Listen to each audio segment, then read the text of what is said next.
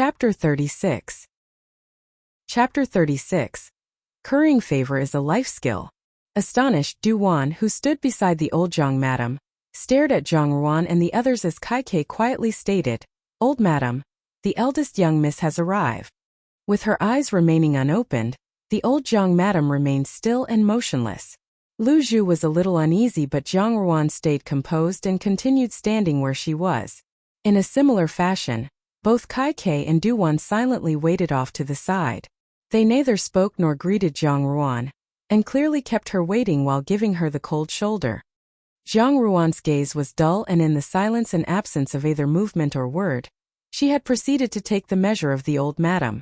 Upon a closer look, there were some discrepancies between her memories of the old madam and the person herself. At the time when she first saw her, she had assumed that the old Zhang madam could only be an inflexible and severe Zumu. However, now that she saw her once more, though she was draped in riches, glory and splendor from head to toe, she had a peaceful bearing. Furthermore, her brows were filled with an icy authoritative and severe demeanor that emanated from her very bones. It was evident that the heart of this Furin, who had been praying to Buddha, was not as detached from the worldly desires as was preached in the scriptures in her hand. As for her astuteness and intelligence, perhaps only the person herself knew. As the time slowly passed, the room remained completely quiet. It seemed that even the sound of a strand of hair dropping on the floor would be clearly heard. Then, after an unknown stretch of time, the old foreign on the couch slowly opened her eyes, and with a glance, she looked towards Zhang Ruan. With a serene expression, Zhang Ruan returned her own glance as she stood ramrod straight, yet respectfully.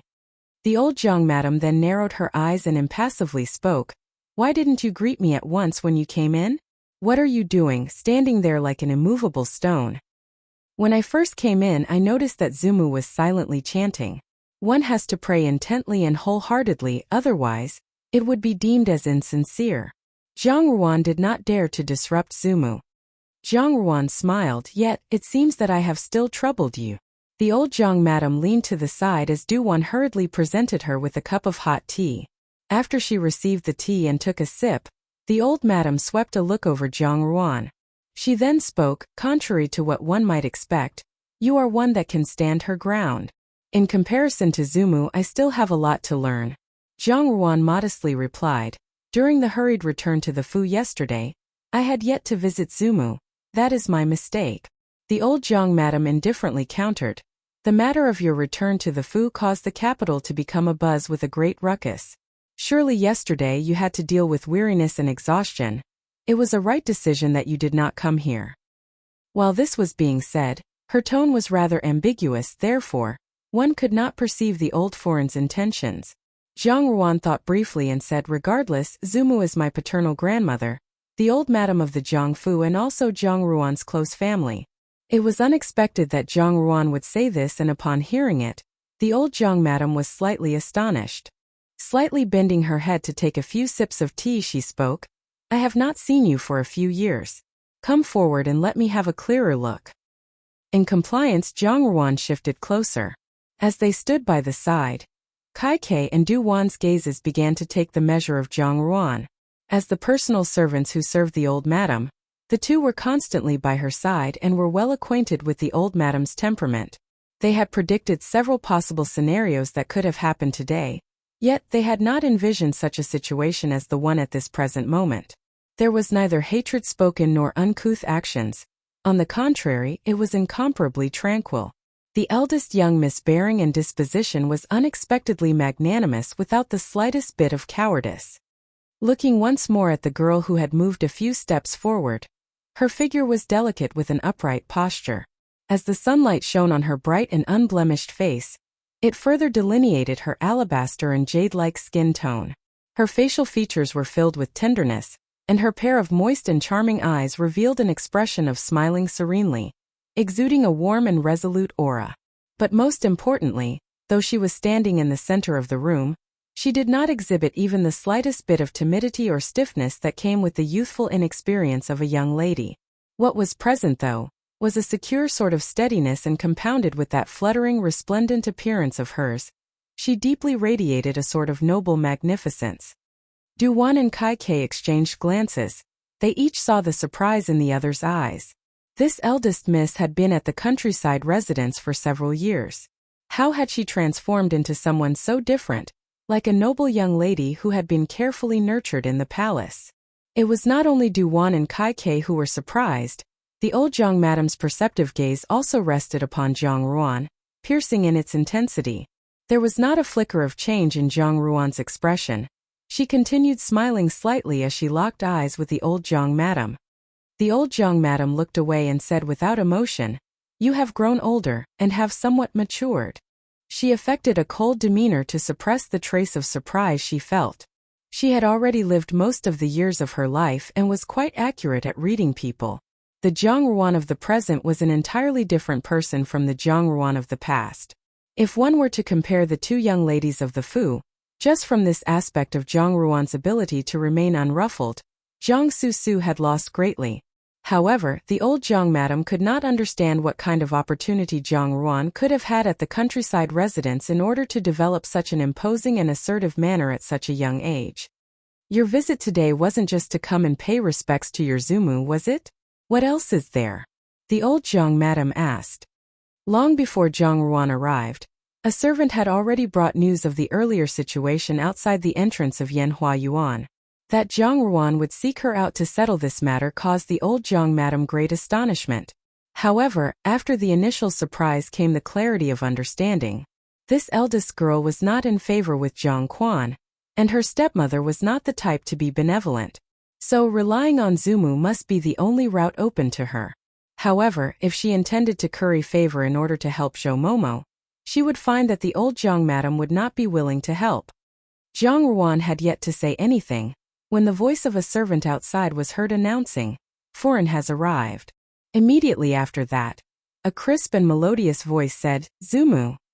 Zhang Ruan did not turn around. She saw a white-clothed figure dash past her and climb onto the old Zhang madam's bed with an air of familiarity. Like a cat, she curled up against the old Zhang madam's side and joyfully said, "Zumu, look, I have brought your favorite almond cakes."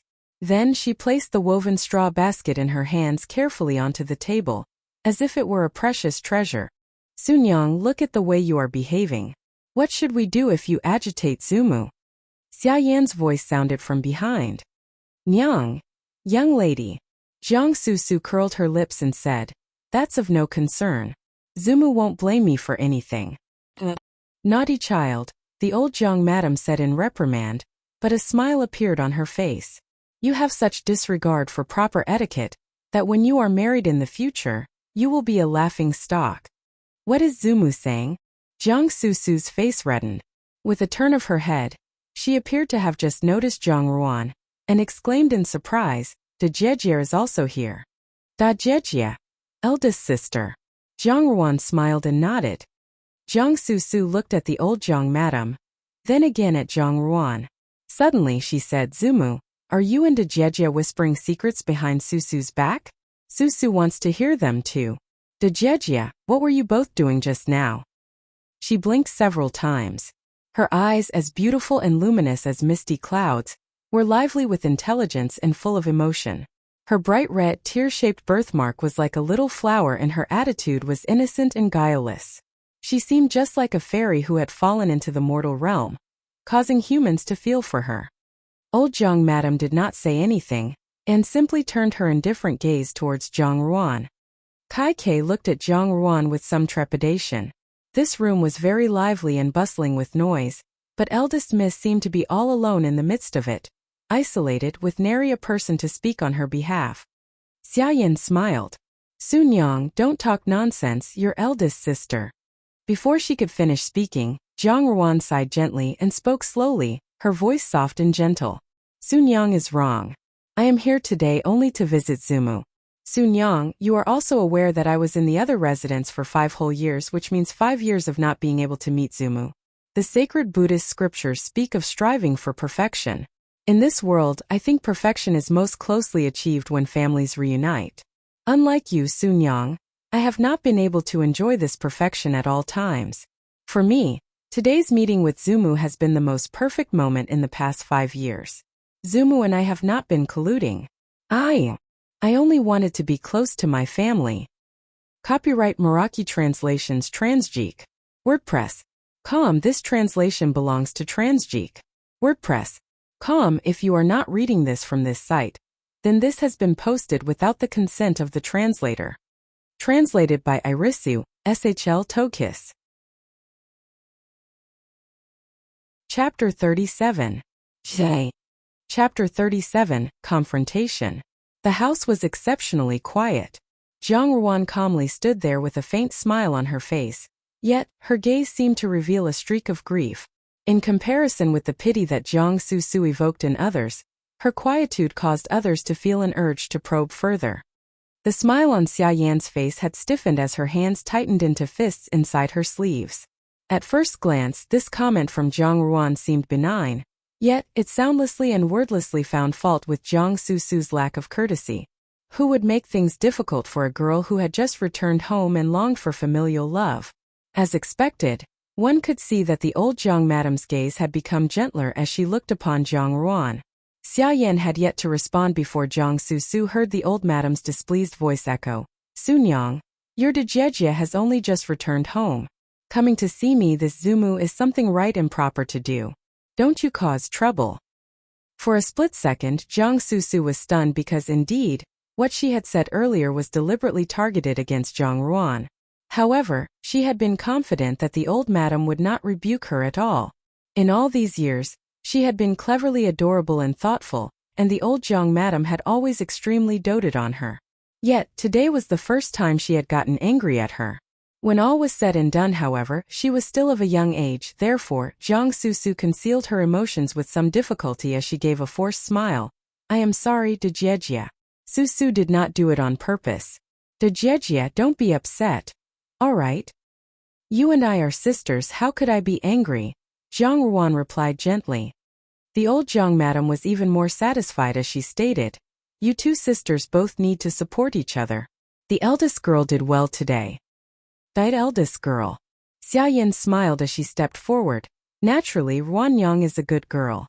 However, Ruanyang, I heard that Lin Lang caused you to become angry today, seemingly for the sake of a servant. This still needs to be handled by the old madam. How did this all come about? Jiang Susu was still curled up at old Jiang madam's side. It was just that, at this moment, her posture was not as natural as when she had first come into the room. The old madam also looked towards Zhang Ruan, and was evidently waiting for her explanation. Zhang Ruan then compliantly recounted the whole sequence of events of what had transpired outside Yanhua Yuan. Her tone was steady, and she did not leave out even a single word of the conversation between Lin Lang and herself as she retold her version of the events. Honestly speaking, she did not embellish but factually reiterated, making one trust her words even more. When she was done speaking, she looked towards the old Jiang madam. Old madam, at the time of my own mother's passing, I was bedridden and only heard mentions of Zhou Momo leaving the Fu. Yet, unexpectedly I happened to see a glimpse of her today. I believe that at the time, that audacious maid had mistakenly said something wrong. However, was I too unaware that Zhou Momo, who was my wet nurse, had fallen into this particular state? Xia Yan lightly sighed. Ruanyang, at that time you were still young, and there were some matters that I had not wanted to tell you about. Actually, when Jie passed away, Zhou Momo had not really left the Fu. Rather, she was preparing to leave after stealing Jie's head ornaments first. Our Jiangfu is the least tolerant about thieving servants. Moreover, Zhou Momo was also your wet nurse. Afraid that your illness would be aggravated while you were broken-hearted and disappointed, I then discussed the matter over with Master, and had Zhou Momo punished. All this I have never told you, Xia Yan stated as she looked at her with sincerity. Now that I have told you, I am sure you will understand. Right here and now, Mother will take the blame and compensate you for the loss of your servant. But this servant truly deserves to be punished. Even if you misunderstand me, I will not regret the decision that I made at that time. Lei Oi, respectful, Lord/Master. With drooped heads, Kai Kei and Du Wan had listened without a word or movement. Here they had no right to speak. But, inwardly in their hearts they reflected. As expected, the foreign's words were watertight. With a single statement, there was nothing the eldest young lady could refute. Zhang Ruan shook her head. Mother voluntarily dealt with the servant of Mei Qingyuan, and for 5 years, had yet to ever tell me about it. Still, this was all for my sake. How could I blame Mother?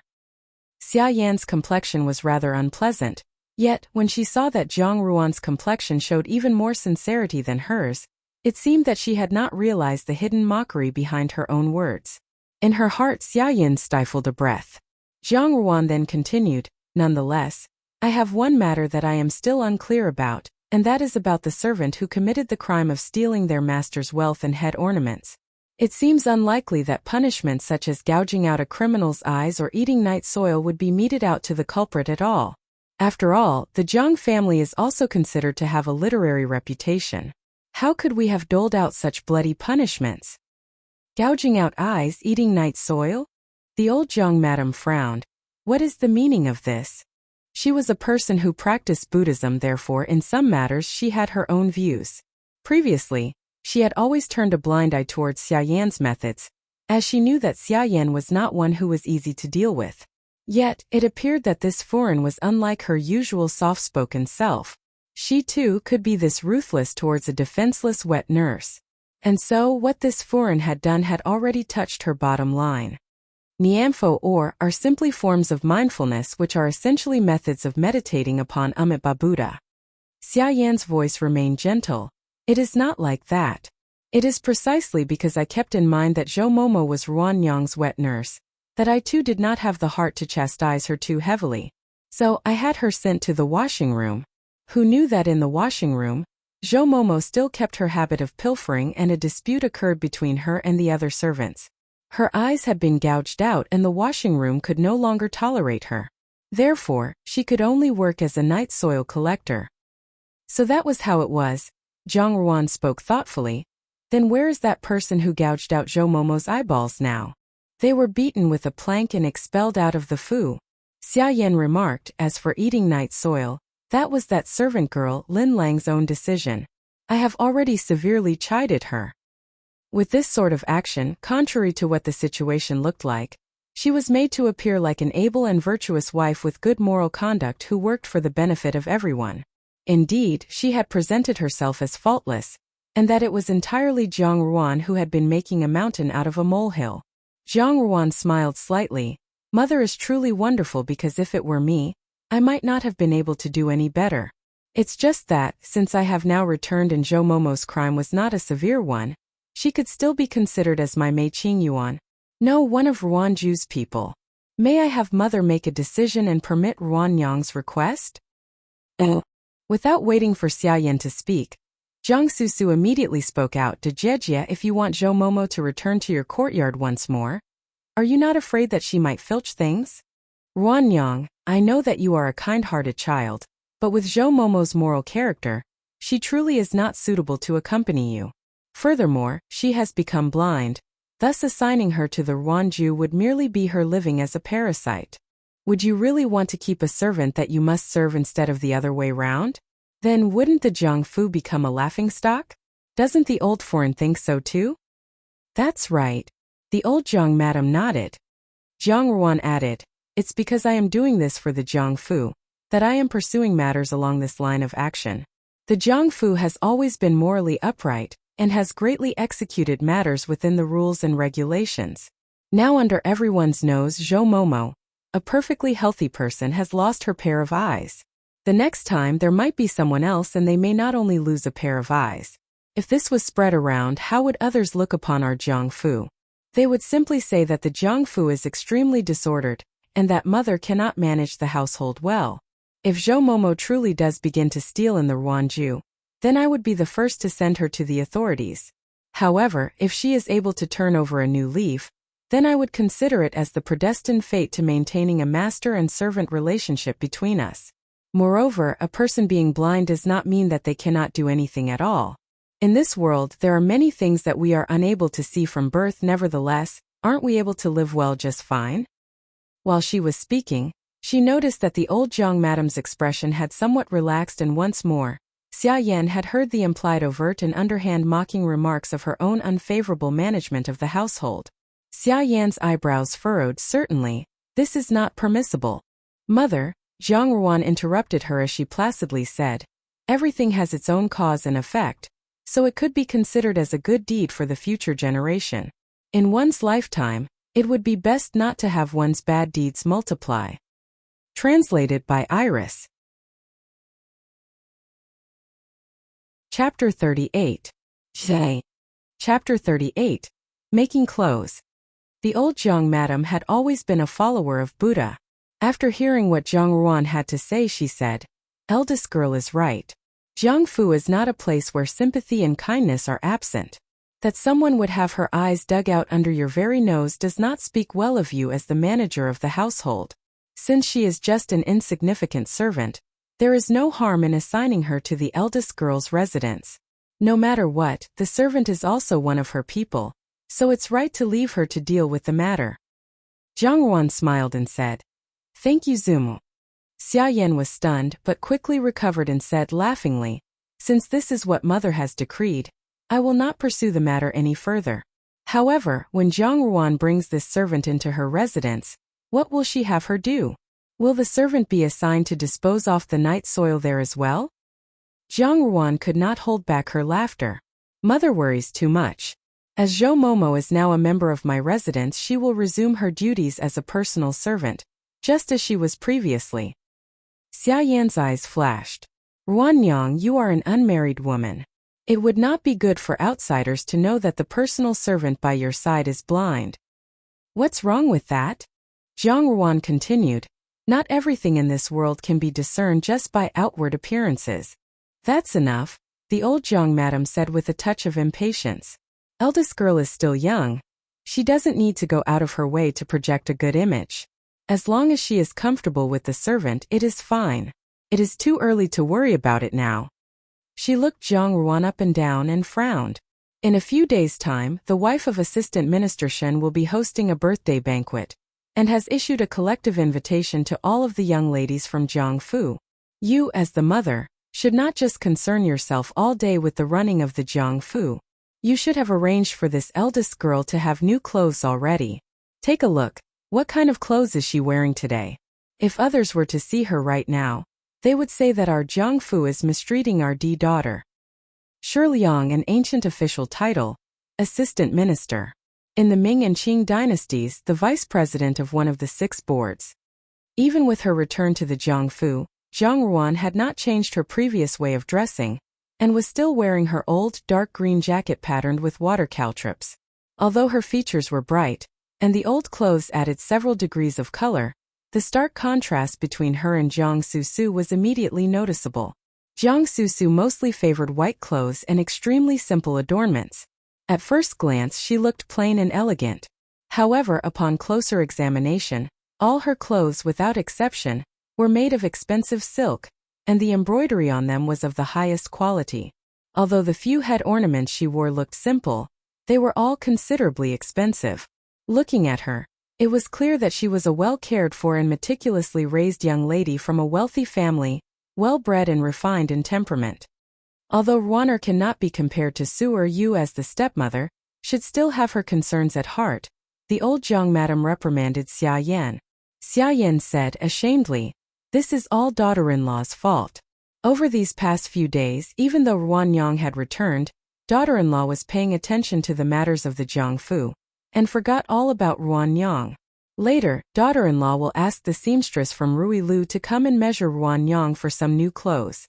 How can our Jiangfu's daughter not look magnificent?" In just a few sentences, Xia Yan had indicated that she had been busily involved with the Jiangfu's matters lately, and said that she would call for the seamstress immediately. In this way, she had more or less shown that she was able to recognize her wrongdoings and change for the better. Thus, the old Jiang madam let go of her worries. After a few more words of reprimand, followed by some words of self-deprecation, Jiang Ruan and her entourage left the residence. Jiang Susu stood at the door and called out to Jiang Ruan, "Dejejia, won't you visit Susu's courtyard and stay for a while?" Jiang Ruan replied, "Another day. There are still some matters which I have to take care of." "Does Dejejia not like me?" Jiang Susu said helplessly. "What has Susu done wrong? How can that be?" Jiang Ruan looked surprised. In a gentle tone she continued, "I am your older sister. You are my younger sister. How can it be that I don't like you? Don't be overly sensitive. Jiang Susu's expression did not change. She lifted up her head and said, on hearing eldest sister's words, my heart feels at ease. In a few days, when we visit the Shun ladies at their residence, I will take good care of eldest sister. After Jiang Susu had walked away, Lu Zhu stared at her back and said, Miss, why does second miss give off such strange vibes? What is so strange? Zhang Ruan asked. Lu Zhu pondered briefly. I don't really know, I just feel that she and Foreign are too good-tempered. With the situation just now, any other person would have flown into a fury, yet second miss and Foreign kept smiling, and were so polite. How can there be such people in this world? Even a clay figure has some degree of rudimentary emotion. Zhang Ruan smiled faintly. Xia Yan was well-educated and capable of sound judgment. Jiang Susu was elegant and refined. For the both of them, their reputations were the millstones around their necks. In order to preserve their noble skin, they would not do anything that would cause them to lose their dignity, and would always be appropriately magnanimous when others were around. Just now, she had repeatedly emphasized her identity as the eldest daughter. Would Jiang Susu have experienced great difficulty holding back her ire? Regardless, this was only the beginning. Xia Yan acted quickly. By afternoon, the seamstress from Ruilu had arrived at Ruanju. She was a young lady named Lu Rui. Ruilu was one of the best shops in the capital for made-to-order clothing, specializing in clothes for the young ladies of the rich families in the capital. The affairs of the young miss of the Zhang family had been the talk of the capital for some time now, so Lu Rui was also very curious about this Miss Zhang. When she arrived at Ruanju, she saw the two large, flamboyantly written characters Ruanju on the plaque at the entrance of the courtyard. The characters were remarkably imposing, and the brushstrokes were both refined and free-flowing. They seemed like a sword which had yet to be drawn, harboring the hint of a sharp edge. Lu Rui was accustomed to doing business on a daily basis with rich and influential families, so she had quite substantial knowledge of the essentials of calligraphy and scholarship. Upon seeing these characters, she could not help but sigh in admiration. In the capital, the calligraphy of the 8th prince had always been praised as being refined and elegant, but she felt that the characters on this plaque were similarly exceptional. When Feng Si Bao, lit. The 4 treasures of the study, i.e., writing brush, ink stick, ink slab, and paper. These are the 4 items necessary for calligraphy, which is also a display of scholarship. As you can imagine, only the upper classes had the money and means to study and practice calligraphy. When Lian Xiao, who was ushering her into the residence, noticed Lu Rui staring intently at the entrance plaque, she smiled and said, "This was written by the mistress of our residence." Lu Rui smilingly said, "Very well written." As one could tell a person's character by their brushstrokes, Lu Rui had already gained a favorable impression of this young miss of the Zhang family, whom she had yet to meet. After entering the residence, Lian Xiao announced, "Miss, Lu Gugu from Ruilu has arrived." Gugu, aunt, refers to paternal aunts, a father's sisters, whether younger or older, but is also a respectful term of address for ladies older than oneself. Zhang Ruan put down the book she was holding and looked up. Lu Rui was stunned. Even though she had visited the residences of many nobles and influential people to make clothes, and had seen no small number of beautiful women, she could not help but be amazed when she saw Zhang Ruan. Zhang Ruan had grown tired while reading, and was reclining on the soft couch. Her entire body seemed comfortably ensconced, and as she lifted up her eyes, she gave off an aura of unconscious indolence. However, her charming eyes, rising up, also contained a cold severity which she had yet to conceal. The effect was like that of a cool and elegant Chinese rose, attractive in the very coldness of its manner. She immediately gave Lu Rui a small smile, at which point the aura of coldness instantly disappeared, to be replaced by the bright gentleness of spring water. Lu Gugu. Lu Rui also concealed her amazement and smiled. "I am here to make clothes for Miss Zhang. Here are several bolts of satin. Miss Zhang may kindly select a bolt." The bolts of satin displayed on the table were all made of first-rate silk thread, and were of an assortment of colors: the sky after rain, the essence of autumn, honey peach, bright pink, delicate yellow. All were colors a young lady would feel delighted to wear. These colors that Xia Yan had chosen for her were all vibrantly bright, and she had not chosen in error. Clearly, anyone wearing clothes of such colors would instantly become a foil to Jiang Su. The more vivid the color, the more Jiang Su, with her white-clothed figure, would float like a fairy. The contrast would be completely unfavorable to Zhang Ruan. Zhang Ruan pointed at a bolt of bright red satin right at the center and said, "That one." Chapter 39. Zhe. Chapter 39. Who is whose foil? Be a foil to slash for somebody slash something, to emphasize the good qualities of another person or thing, by being very different from them. In fiction, a foil is a character who contrasts with another character, usually the protagonist, to highlight particular qualities of the other character. The word foil comes from the old practice of backing gems with foil to make them shine more brightly. Lu Rui looked at Zhang Ruan somewhat strangely, probably not expecting that she would select the brightest bolt of material. She paused for a moment in thought before smilingly saying, "Eldest Miss Zhang, your fair skin will contrast well against this red." Zhang Ruan smiled faintly. "Shopkeeper Lu, I think Sunyang must have selected the white bolt of fabric." "Oh yes, second Miss Zhang has always favored quiet and unobtrusive colors." After she said this, Lu Rui had a sudden flash of understanding. When she looked at Zhang Ruan again, her eyes held a different expression. The people in the capital all say that second Miss Zhang is quietly elegant, and is matchless in her fairy-like beauty. However, from what I have seen today, eldest Miss Zhang is even more an object of envy. Lu Rui sighed inwardly. This eldest Miss Zhang with her 7-aperture heart. Usually, in comparison to Jiang Su's simple elegance, fresh and vibrant colors would appear common and vulgar. However, if the color in question was a fiery red, and if the person wearing the clothes was herself extraordinary in nature, then it would be very difficult to prevent her from taking the limelight. Second Miss Zhang wanted to be the focus of attention. However, without even being slightly aware of it, she was going to be someone else's foil. Qi Qiao Linglong Exine literally, a heart with 7 holes. Figuratively, a person with such a heart is said to be able to communicate with and understand all creatures/people, and is highly talented, e.g., able to adapt quickly to situations, think innovatively, see what others can't. An example of this phrase in Chinese literature is found in Feng Shanbang, English title Investiture of the Gods. Have a look at the reference here. Lu Rui was a very frank and straightforward person. Previously, she had already had a good impression of Zhang Ruan. Now she added to this a tremendous appreciation of Zhang Ruan. Thus she said, "Eldest Miss, do not fret.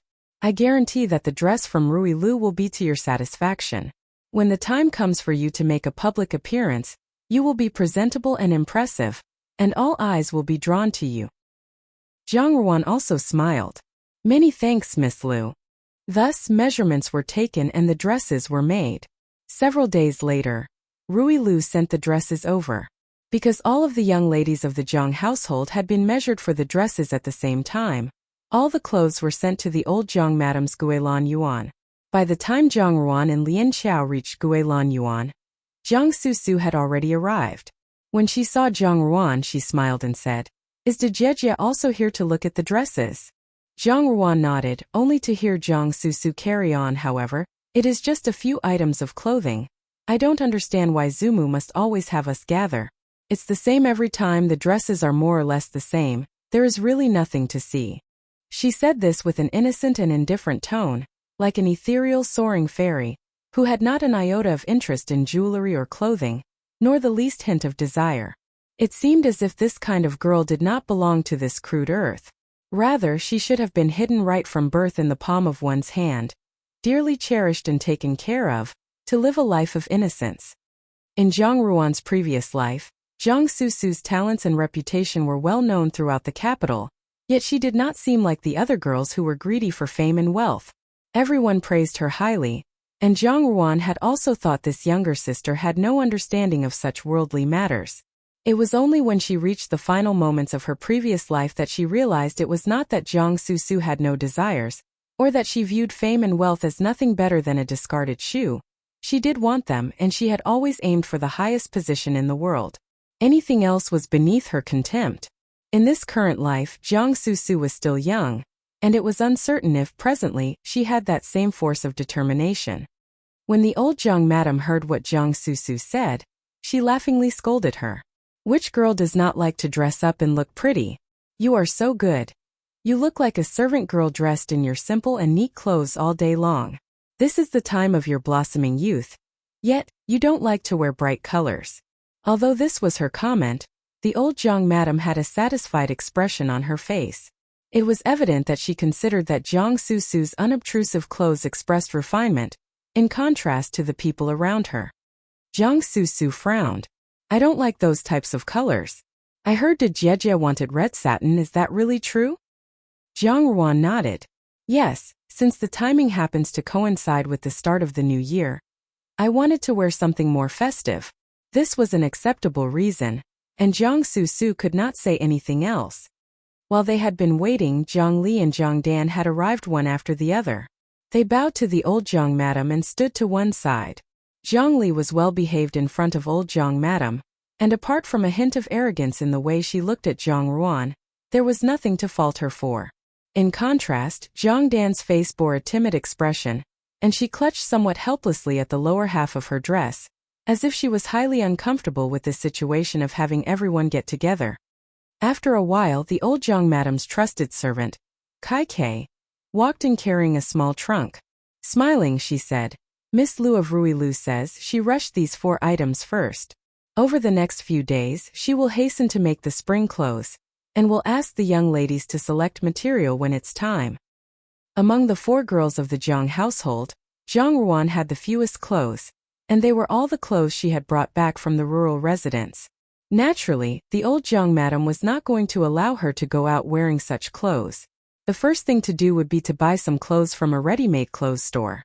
When the weather was better, clothes suitable for all 4 seasons could then be made for her.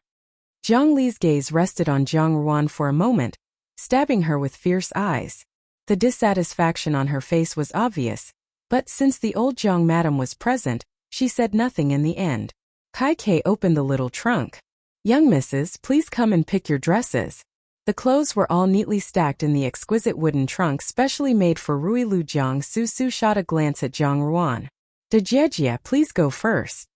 Jiang Ruan shook her head. "I am the eldest. Dan Yang should choose first." Kai Kei said with a smile, "They are all clothes, it doesn't matter who chooses first." At this, Jiang Susu said with some embarrassment, "Since you put it that way, I'll go first." Sure enough, what Jiang Susu first took out of the trunk was a snow-white brocade jacket with a pipa jean, trimmed with fox fur. Underneath was a pure white skirt made of embroidered brocade, and a silver-padded waistcoat as an outer garment. The style was exquisite and unique. Although there were many intricate details, the garment was not encumbered by them, and instead looked extremely grand. Even though Jiang Susu had affected to be unconcerned about clothes, she could not help smiling faintly on seeing this set of garments made for her. Pipa jean refers to an ancient Chinese clothing style for ladies where the left flap of cloth overlaps the right to a large degree, but without reaching to under the armpit, and does not go all the way to the hemline of garment. There is a portion at the bottom of the garment where the 2 halves meet at the center. The buttons follow the line of the overlapping flap to the center. Here, some pictures will help. Sources, and after viewing Jiang Susu's choice, Jiang Li's eyes flashed unexpectedly. In the Jiang Fu, more thought had always been given to the clothes of the D daughter over the Shu daughter. Yet, Jiang Susu, despite not being the D daughter, was still the most favored daughter. Thus, even though Jiang Li could not entirely resign herself to accept this state of affairs, she did not dare to say anything. Jiang Li's clothes wore a light purple, tight-fitting brocade jacket with flat gold discs for buttons, matched with a lotus green crepe skirt. This set of clothes also looked very attractive. Jiang Dan's clothes included a camellia yellow, figure-hugging cotton jacket, and a yellow-green damask skirt lined with cotton. The clothes excellently set off Jiang Dan's shy nature, and her desire for approval and love. In reality, Jiang Li and Jiang Dan's clothes were really beautiful. However, they immediately became inferior upon comparison with Jiang Susu's clothes. If the 3 of them stood together, the eyes of any outsider would only be drawn to Jiang Susu's graceful bearing and refined figure. Jiang Li was well aware of this, and thus could not be happy upon seeing the clothing. Surprisingly, Jiang Dan was overjoyed, and this happiness shone from her eyes. Damask, a figured woven fabric with a pattern visible on both sides/damask, is commonly used to describe an elaborate floral pattern woven into a damask fabric. Details. Jiang Ruan's clothes were right at the bottom of the trunk. Kai Kei helped her to retrieve them and shake them out. There was a tight-fitting jacket of crimson satin, patterned with flowers and embellished with gold and white butterflies, a satin skirt sprinkled with jade-green flowers, and a pair of petite red sheepskin boots shot through with gold thread and featuring a cloud pattern. When everyone had taken a good look at the garments, Jiang Susu exclaimed, "So bright!"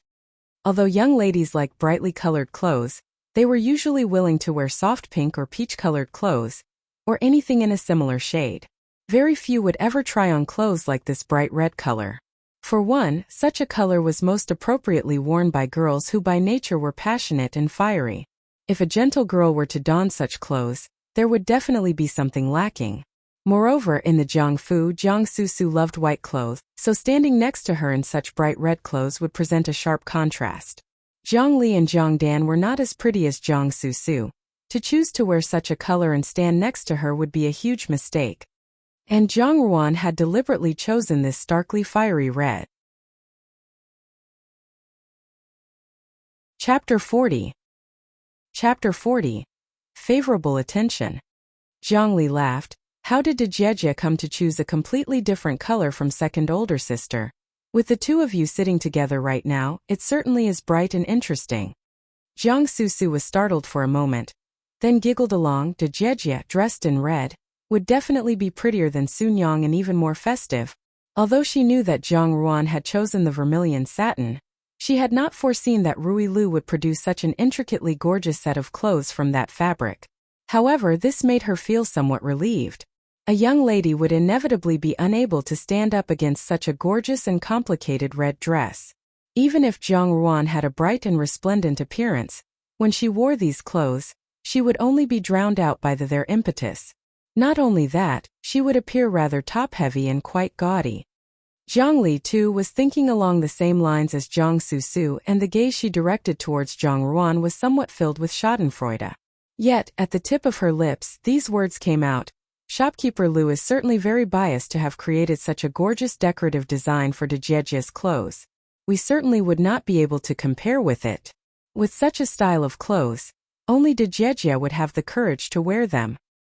Since I am Jiang Fu's eldest daughter, then it would also be good to dress in a more proper manner. Jiang Ruan chuckled lightly. The clothes that you have chosen are extremely complimentary as well. Each and every one of the young ladies of the Jiangfu is outstanding. Jiang Dan glanced at Jiang Ruan and whispered, Jie's clothes are truly attractive. I have never seen anyone dressing in this manner before in the Fu. The old Jiang madam who sat on the seat slightly narrowed her eyes and stared at Jiang Ruan meaningfully before she spoke. The clothes are not bad, however. There is still something lacking. It appears that the eldest girl does not have a cape. Duwan, retrieve that crimson crane * overcoat later from my chest and have it sent to the Ruanju. Crane motif in Chinese culture. The crane is venerated as the prince of all feathered creatures, and thus has a legendary status. Embodying longevity and peace, it is the second most favored bird symbol after the phoenix. At that time, the crimson crane overcoat was part of the old Jiang madam's dowry and naturally, was precious beyond compare. However, Jiang Susu had always liked peaceful white colors. Thus she had never requested it before, but this did not mean she disliked it.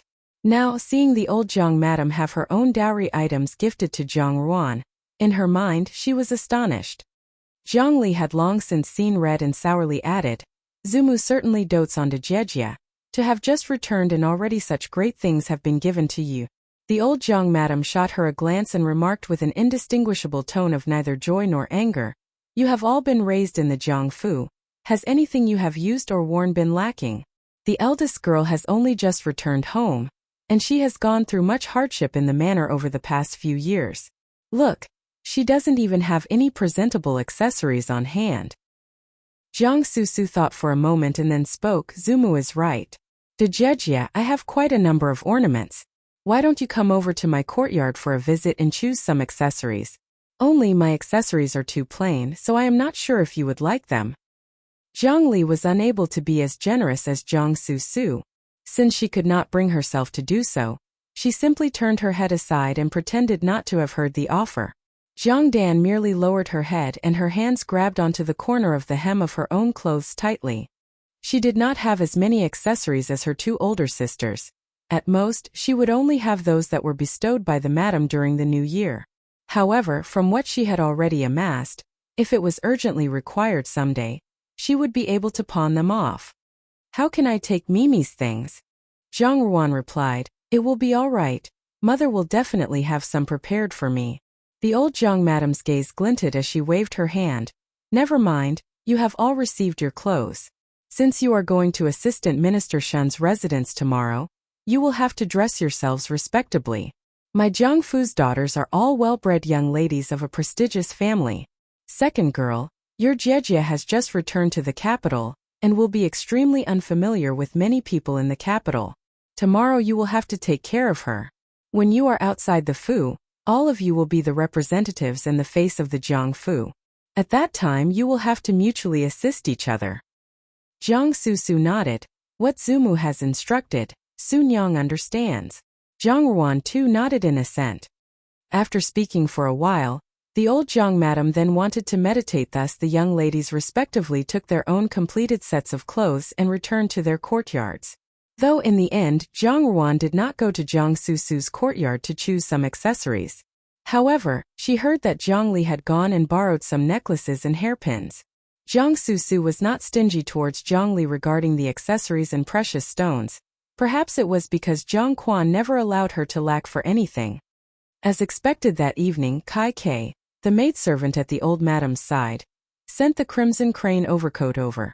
Apart from that, she had also brought over a small box of accessories and stated that it was given to her by the old madam. In addition, she also made an attempt to exhort Zhang Ruan to adorn herself respectably the next day. Zhang Ruan did not decline either. She simply smiled in assent, then chose a silver hairpin of relatively common quality from the small box and gave it to Kai Kei for having troubled her to make this trip.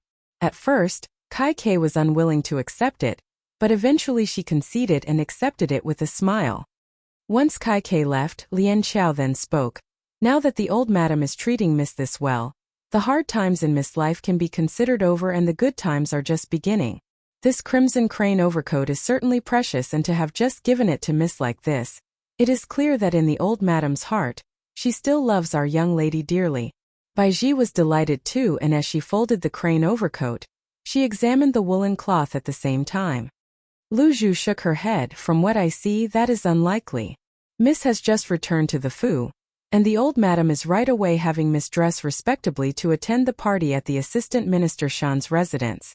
Those going to the party tomorrow are certainly the noble young ladies of the capital, and our Miss has not returned to the capital in 5 years. With this first appearance, the objective is certainly to let everyone know that the Jiang Fu's eldest Miss is a proper beauty of a prestigious family.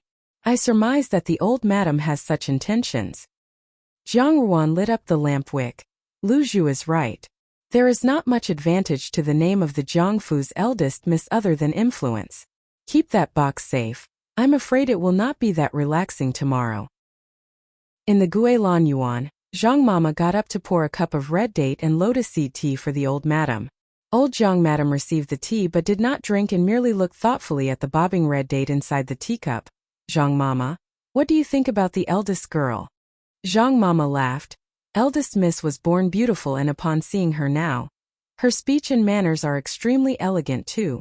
Only foreign passed away long ago, and her life has been filled with such hardships since. She is a smart one, the old Zhang madam frowned. The time she came to see me after returning to the Fu, you did not get a chance to see, but the manner of this girl was equivalent to the high-ranked nobility that comes from the palace.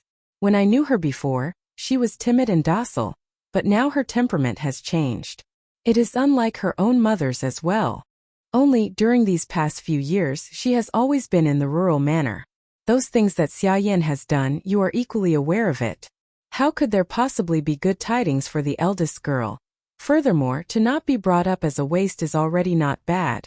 How did she manage to transform from her simple and naive self of the past to this noble persona?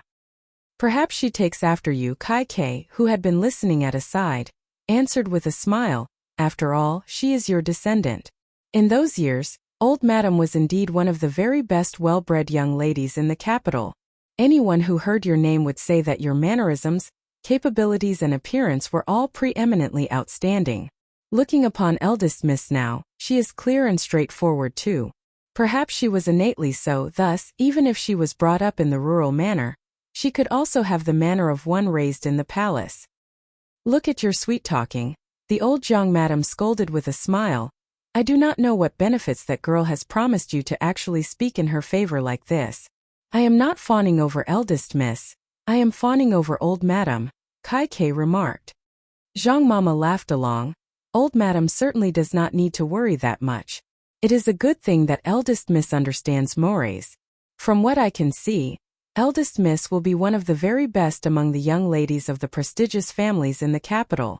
To have such a person come out of the Jiangfu, it is certainly something to feel proud and elated about. The old young madam nodded. I only hope that she will be able to do well tomorrow. Copyright Meraki Translations Transgeek. WordPress. This translation belongs to Transgeek. WordPress. If you are not reading this from Transgeek. WordPress. Then this has been posted without the consent of the translator. Translated by Iris. Chapter 41. Zhe. Chapter 41. Young Lady Ruan of the Jiang family. On the second day, at the first flush of the morning, Lian Xiao had awoken Zhang Ruan to get out of bed. Zhang Ruan had instructed Bai Ji to tend to Zhou Momo. Therefore, Lu Zhu and Lian Xiao would accompany her on today's journey. Lu Zhu waited upon Zhang Ruan as she had her breakfast while Lian Xiao was already impatiently waiting to assist Zhang Ruan with changing into her clothes. Lu Zhu giggled. Lian Xiao Jie has such an anxious appearance that those who aren't in the know would think that the guest today was going to be Lian Xiao Jie. Damned wench. Keep spouting nonsense and see if I won't tear your mouth into pieces. Lian Xiao added. Our miss has not adorned herself well in a long time. I had already mentioned long ago that our miss is a burgeoning beauty, and when I think about how these people's eyes will drop out of their sockets after our miss appears in front of them, I can't help but be quite cheerful. Mayren Peizi, this adjective often refers to women or girls that are equipped with the potential to become beauties. Often this phrase refers to the aesthetic appeal and harmony/symmetry with all of a woman's body parts such as her figure, physiognomy, face shape, and their 5 facial features: nose, eyes, lips, tongue and ears. Zhang Ruan smiled. The beauty in the Jiangfu isn't me. Miss is talking about the second miss? Lian Xiao was a straightforward person, thus heedless and unconcerned. She continued. The second miss' natural appearance is good, however, it is excessively light. At her youthful age now, it is still all right. However, once she has grown, to then continue to have such a plain and fresh look will appear rather dull. She is nowhere near our miss who has a stunning countenance. Zhang Ruan broke into laughter. You are aware that nowadays, here in the capital, the prevalent style is this sort of elegant, attractive and refined beauty. Meanwhile, appearances such as mine are gradually becoming gaudy. Originally, Lu Zhu had been tidying up the things on the table. However, once she heard this, she could not help but chime in. Miss is definitely wrong here. The scholars and the poets all assert that they themselves are fond of principled, unsullied and incorruptible lotuses, beauties. However, the people of this world will often fritter away thousands to seek one pot of the tree peony from Luoyang. Yet, would anyone spend thousands of gold to look for a pot of lotus flowers that can be generally found in the pond? T/N note. Peony flowers and particularly, tree peony flowers are held up as the ideal that is unsurpassed by any other flowering plant in China, and to a lesser extent Japan. The tree peony is known as the king of flowers, and was once appointed as the national flower during the Qing dynasty. The flower was highly revered by Chinese literati, poets and painters for hundreds of years, and therefore, the flower has become part of the cultural lore. In our current times, whole gardens in China are devoted to tree peonies in places especially like Beijing, Shanghai and Luoyang. Moreover, the reason why tree peonies from Luoyang are considered desirable and ornamentally valuable since ancient times till now is due to the difficulty in cultivating it. It is also the city's flower with a peony culture festival that is held annually with millions of visitors every year. Lien Xiaotu nodded. This is exactly the truth. Zhang Ruan shook her head and did not speak further. Once Lu Zhu cleaned her hands, she then had Zhang Ruan sit before the dressing table. What kind of hairstyle does Miss want? Anything is fine. Zhang Ruan stated. As long as it isn't improper, then it will be fine. With the bustle of the transformation, in the span of the smolder of an incense stick, time passed swiftly. The carriages outside the gates of the Jiangfu had long since been prepared. There were a total of 2 carriages. Jiang Susu with Zhang Ruan and Xia Yin in one carriage and Zhang Dan and Zhang Li in another. Ultimately, the 2 carriages were supposed to depart together for the Shenfu. Assistant Minister Shen and Zhang Quan shared a considerably good relationship, as the bureaucracy between them required mutual areas of assistance.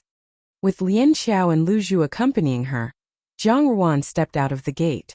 From a distance, she saw that Zhang Li and Zhang Dan had already arrived.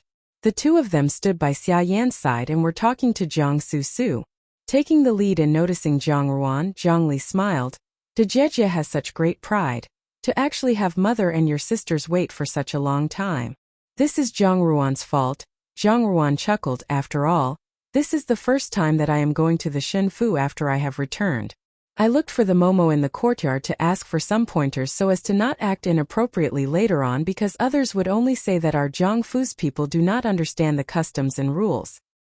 Xia Yin smiled amiably. Why are you saying all this? Ruanyang's style of dressing today really makes one unable to tell that you are unsure at all, and truly looks beautiful. Simultaneously, a thread of bewilderment floated to the surface in Zhang Li and Jiang Susu's eyes. She was adorned in a crimson cotton close-fitted coat with a plethora of butterflies embroidered in golden silk thread, a skirt with jadeite flower applique embroidery, and a pair of shoes made with sheepskin dyed in red with golden applique cloud embroidery. One would have thought that with such an outfit Zhang Ruan would definitely be unable to suppress it and become overshadowed instead. Who knew that Zhang Ruan was an anomaly? It was a surprisingly exceptional fit for her. As if from the beginning, without the slightest trace of reservation, it was only natural that this outfit was meant to be hers. Contrary to expectations, while wearing this incomparably passionate red outfit, she had brought out a noble and dignified air. At a second glance, she even brought out a faint hint of charmingness and made one unable to help but stare at her in rapture. Everyone present only felt that this irrefutably beautiful appearance standing in front of them, this eldest daughter that was the black sheep and scapegoat of the family, had already become completely unrecognizable. Zhang Ruan smiled. My younger sisters look very beautiful too, therefore I certainly do not deserve to have mother praising me so. This sort of warm-hearted and affectionate exchange continued for a while, then, they climbed into their own respective carriages. After Jiang Susu climbed aboard, she nestled in the bosom of Xia Yan. Out of the corner of her eyes, she paid heed to Zhang Ruan. Initially, she had thought that with the 3 of them squeezed into the same carriage, Zhang Ruan would definitely feel uneasy. However, who knew that once Zhang Ruan boarded, she then opened a travel journal in her hands to peruse. With such a peaceful gaze, it actually made Jiang Susu, who had wanted to speak up, falter in her words. The entire journey was harmonious and peaceful. After traveling for an unknown stretch of time, the carriage stopped before the Shenfu. As the company of ladies alighted from the carriages, the manservant at Shenfu's gates came to welcome them. Xia Yan handed the invitation over and swiftly, a stoutly statured, old Momo stepped through the gates and smiled. Zhang Foreign has arrived. Our foreign has long since been waiting for you, madam. Hearing this, Xia Yan smiled in reply. After walking for a short spell, she was then led into the reception hall. As expected, Shen Foreign had already prepared tea and was waiting. Upon seeing Xia Yan's face, she spoke in a really intimate manner. Jie, these days you don't come here often enough. If it was not my birthday, I'm afraid I would have to verily and eagerly await your visit. Xia Yan laughed too. Ruanyang has recently just returned. I hope you don't blame me for being busy with putting matters to order. Shen Foran then shifted her gaze over and a pair of shrewd eyes fell upon Zhang Ruan's figure.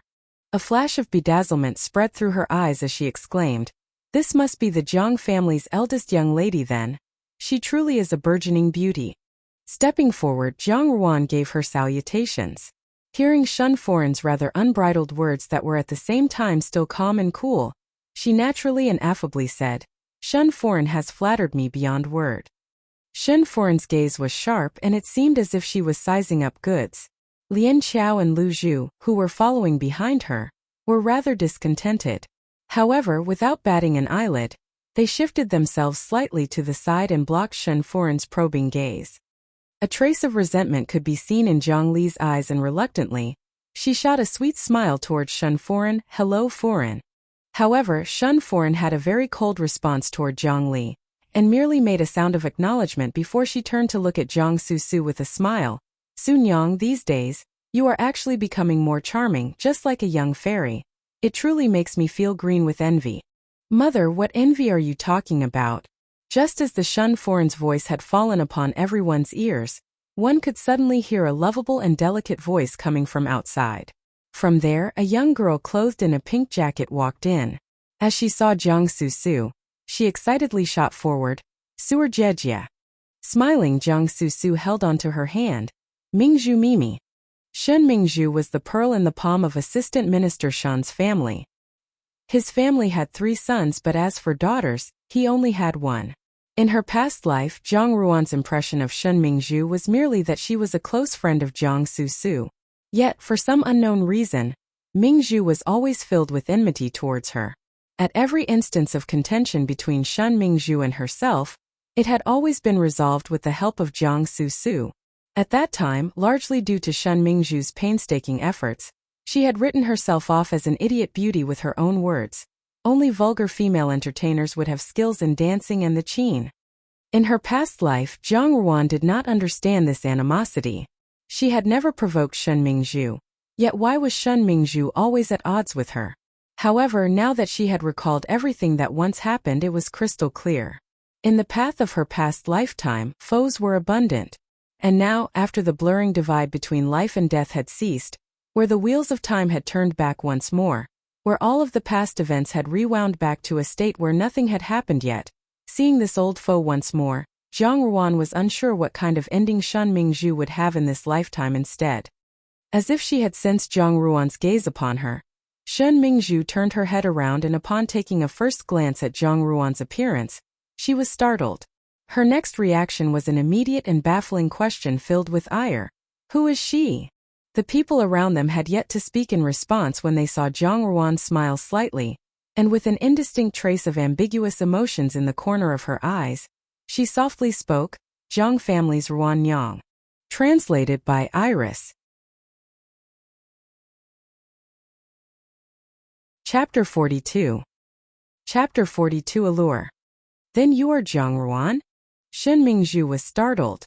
She had already heard the stories regarding Zhang Ruan.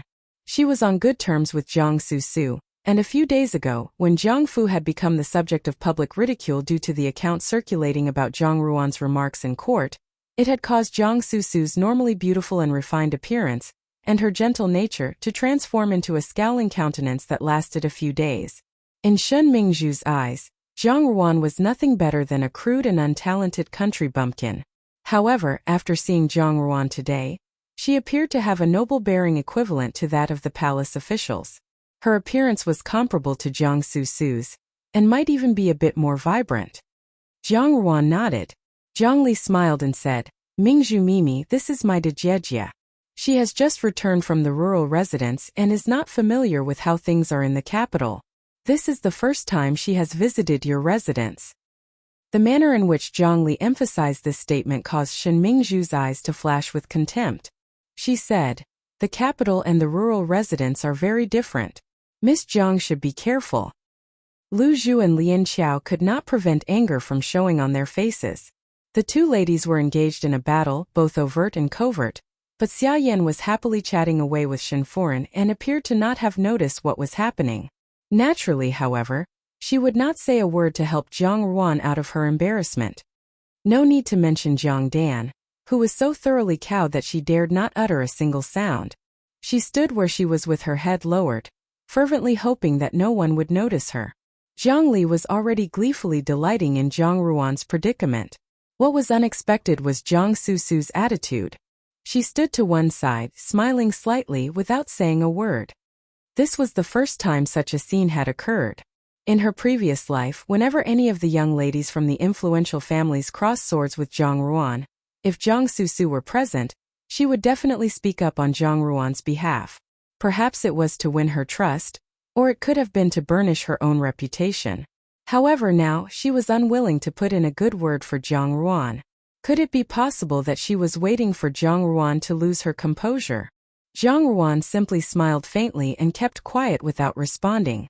In this way, it was as if Shun Mingzhu's blow had struck a wad of cotton, totally without effect. Shun Mingzhu sucked in a breath and took hold of Zhang Susu's hand, saying, "Nyang, the foreign and Jeme in the main hall have been waiting for a long time now. Would Zhang Foreign and Suer Jejie kindly come this way?" In her arrogance, Shun Mingzhu had only included Zhang Susu and Xia Yan in her invitation. It was extremely discourteous. However, Shun Foreign did not show any intention of rebuking her, and just smiled in agreement. Clearly, this was something of a common occurrence. Shun Mingzhu was truly the precious pearl of the Shun Fu, and had been coddled all throughout her growing years. The foreign and young ladies had been waiting in the main hall of Shun Fu for a considerable time. Those familiar with each other were seated together, chatting. One lady said, "I heard that the eldest Jiang Miss will make her appearance today." "The eldest miss of the Jiang family?" A lady with high cheekbones said. "You mean the D daughter who was so badly treated by official Jiang? Heaven have pity on her, to lose her own birth mother at such a young age, and then to end up in such a miserable state. If she had not fortuitously encountered Imperial Censor Wang, who knows how much she would have had to suffer." However, another lady next to her smiled and said, "Although she is indeed to be pitied, I've heard that, according to her birth date characters, she is considered inauspicious in regards to marriage compatibility. Official Jiang is usually a just man, so there must have been some reason for his actions." This lady had a face as round as a disc, and when she smiled, her eyes turned into slits. She looked just like an amiable, portly bodhisattva usually found in a temple, and seemed polite and friendly. She went on to say, "Of course, growing up in the countryside could never compare to growing up in the Jiangfu. There must surely be some aspects of her conduct which are inappropriate. For certain, she is inferior to the second Jiang Miss, who is so outstanding." Baz. A Chinese fortune-telling method utilizing the astrological concept that a person's destiny or fate can be divined by the two sexagenary cycles characters assigned to their birth hour, day, month and year.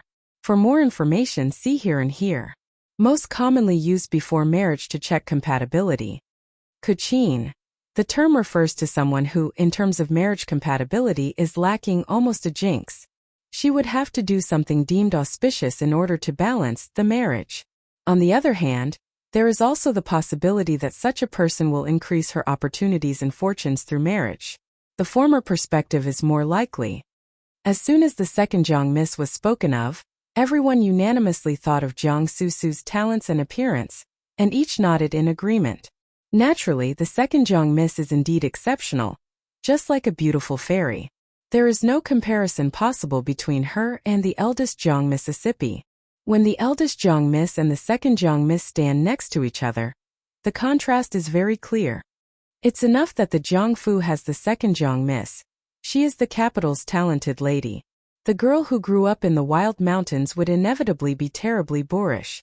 Of course, there's no need to talk about her appearance. The lady with the disc-shaped face smiled even more broadly. The lady with the high cheekbones looked unhappy, but nodded and unhurriedly drank her tea. The discussion was still in progress when a voice was heard, saying, "Look, Zhang Foreign and the second miss are here." Everyone looked up. Xia Yan and Zhang Susu were walking in front of the others. Xia Yan's clothes and ornaments were well suited for the occasion, and perfectly displayed her gentle and scholarly disposition. One could tell she was a gentle and virtuous lady with a glance. Her manner of dressing would also not steal the limelight from Zhang Susu. The young lady who walked leisurely into the hall was wearing a snow-white brocade jacket with pipa jean, trimmed with fox fur. The jacket flared slightly at the waist, and made her appear sweet and graceful, a moving sight. Below the waist she wore a pure white skirt made of embroidered brocade, so full that when she moved, she looked as if she was floating on a cloud of mist. Her outer garment was a padded silver waistcoat, and her long hair was combed up and bound at the back of her head, with 2 pure white ribbons hanging down. Her face was free of makeup and a slight smile hovered around her light cherry-red lips. She was both dignified and elegant, and with her natural beauty, she was a picture of innocence and purity. At the same time she displayed just a touch of arrogance, thus making her seem even more like a heart-stirring ethereal fairy. As she walked slowly towards them, the ladies were already exclaiming her praises to the heavens. This was a common occurrence for Jiang Su. However, today there was a difference, as the eyes of the people were quickly drawn to the person who walked behind her. The young lady who walked with measured footsteps behind Jiang Su was like a fire in the midst of a snowy landscape, a stalk of plum flower amidst frost and snow. She immediately caught the attention of all present. A tight-fitting jacket of crimson satin, patterned with flowers and embellished with gold and white butterflies, a skirt sprinkled with jade-green flowers, and a pair of petite red sheepskin boots shot through with gold thread and featuring a cloud pattern. Such an outfit by itself gave off an aura of wealth and honor. However, worn by this young lady, it was as if such wealth and honor were but her due. The white fox fur-edged sleeves of her crimson cape, patterned with cranes, gleamed with a faint silvery sheen. She was a lively, vibrant figure, and her radiance dazzled everyone. As she walked closer to them, everyone could not help but hold their breath upon beholding her appearance. She was naturally fair, and her face, devoid of makeup, glowed with a luster similar to that of a creamy white jade of the highest quality. In comparison, her lips were even redder, like the rosiest of dawns. The harmonious brilliance of her jet-black eyes was as charming as a spring day. Upon taking a closer look, though those upturned eyes bore a hint of icy mockery, her long eyebrows, drawn with luozi dye, enhanced the delicate charm of her appearance, and readily drew the eyes of onlookers towards her. Yang Jiyu, literally mutton fat jade, because it glistens like fat. Read more. Luozi dye, in a sense ancient mascara/eyeliner devised from snail shells. The finished product, a pressed powder, when used on eyebrows is black with a hint of blue. Refer. Jiang Su was already elegant and refined, but this young lady's beauty was such that she was vibrantly alive.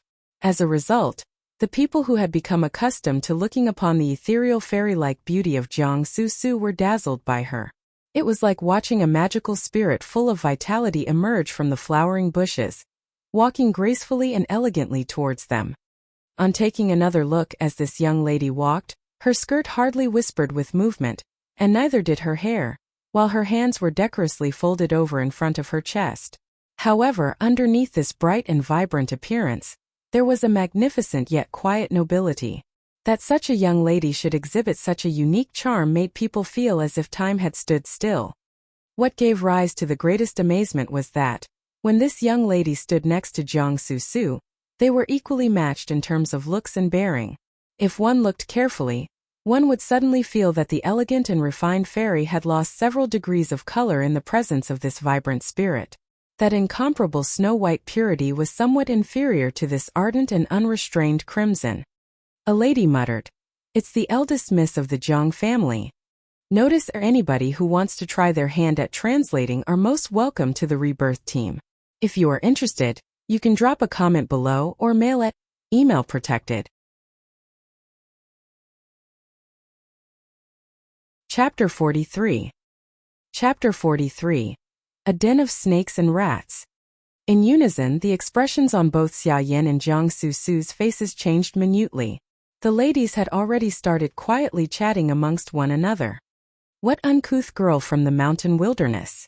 Her bearing is akin to someone who has been brought up in the palace. Exactly, she's comparable to the second Jiang miss. She is nowhere as bad as they say. Her appearance is good, and she is even more vibrant than the second Mississippi. For the first time, everyone's attention was not on Jiang Su. Jiang Ruan was still fully focused on walking onwards, with no discernible change in her expression. She had a slight smile on her face, as if it were not the first time she had visited the Shun Fu. Her calm and collected air caused those who had originally wanted to watch the potential fireworks to take notice of her and give her due respect. The face of the round-faced lady had turned black. In contrast, the lady with the high cheekbones was continually nodding.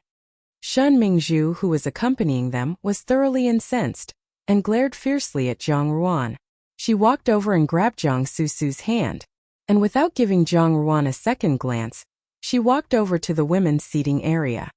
Xia Yan kept up a slight smile, as if she had not noticed anything, and laughingly chatted with Shun Foran as they seated themselves. Although Zhang Li was naturally arrogant, she had several friends among the young ladies present. In order to deliberately isolate Zhang Ruan, she dragged Zhang Dan off with her, even though she hardly ever gave her the time of day under normal circumstances. Whether intentionally or unintentionally, Zhang Ruan was left standing by herself at the side of the hall, and did not know where she should sit. Although the ladies and young misses present all marveled at Zhang Ruan's looks and manner, they were all present by the invitation of Shun Foran, and naturally also had to maintain their good relations with the Jiang Fu.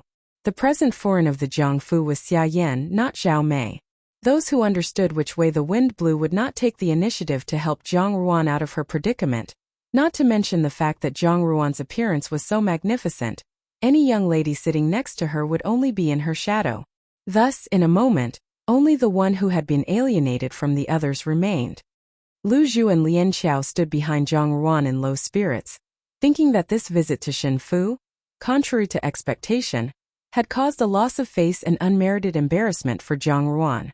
However, it was precisely at this moment that a clear and melodious voice came from the women's area. "Eldest Miss Zhang, do come and sit here." A beautiful young lady stood in the women's area, wearing a blue cotton jacket patterned with flowers. Her skin was a little dark, but she looked very pretty, and a heroic spirit was faintly evident in her features. Zhang Ruan had also known this young lady in her previous life. Her name was Lin Zixiang, and she was the eldest daughter of Lin Taisher. She was an extremely righteous and principled lady who became the third Princess Cifei in Zhang Ruan's previous life. Although Lin Taisher had little real power in the Great Jin dynasty, he held a fairly influential position.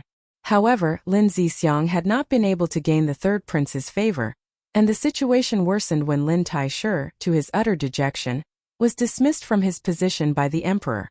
The third prince was a beast in man's form, and he collected a whole harem of women. Lin Zixiang lost the child she was carrying due to the scheming of his favored concubine. Unable to bear the insult when the third prince defended that favored concubine, Lin Zixiang took a knife and killed both herself and the concubine. Cifei, literally, a side concubine, who can be considered the secondary wife of a prince. More. In her previous life, the palace ladies had treated Lin Zixiang's situation as something of a joke, and Zhang Ruan's heart had always ached for her. The heavens were indeed unfair, that such a strong and spirited lady should come to a tragic end, and still be talked about after her death. During a palace banquet in her previous life, Zhang Ruan had once caught sight of Lin Zixiang from afar in the Guibin area. Zhang Ruan's attention had been drawn to the plainly dressed Lin Zixiang, who was melancholic in the midst of a flock of gorgeously attired, chattering ladies. They were both in similar circumstances, married to people who were unwilling to be married, and imprisoned in narrow cages for a lifetime. Gui Bin, an imperial concubine, one of the middle ranks.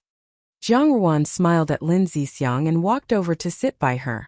Lin Zixiang nodded at her, and Zhang Ruan whispered, "Many thanks." "I can never get used to this kind of behavior," Lin Zixiang said. "These wealthy aristocrats and nobles always pretend to be so righteous, yet have no qualms making things thoroughly difficult for a young lady."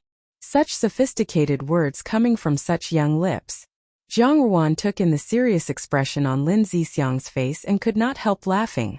Her opinion of Lin Zixiang went up several notches. Zhang Ruan's interaction with Lin Zixiang caused Zhang Li to seethe with hatred. In the midst of their conversation, Zhang Susu and Shen Mingzhu also observed this scene and frowned. What talent does that Zhang Ruan have? Lin Zixiang is usually so aloof, but here she is talking to Zhang Ruan. Zhang Susu smiled and said, "De Jejia always charms people in this way." "She is obviously a sly fox," Shen Mingzhu spat out. She turned around and noticed Zhongli staring daggers at Zhang Ruan. She thought for a moment before saying, Swordsmanship, I believe Zhongli also hates her. Why don't we help Zhongli? Who may z literally a fox, i.e. a woman who seduces by means of her attractive looks. Jiang Su was startled. Then she smiled and said, How can you say this? You'd better not have any devious ideas. Dejejia has just returned home from the rural residence.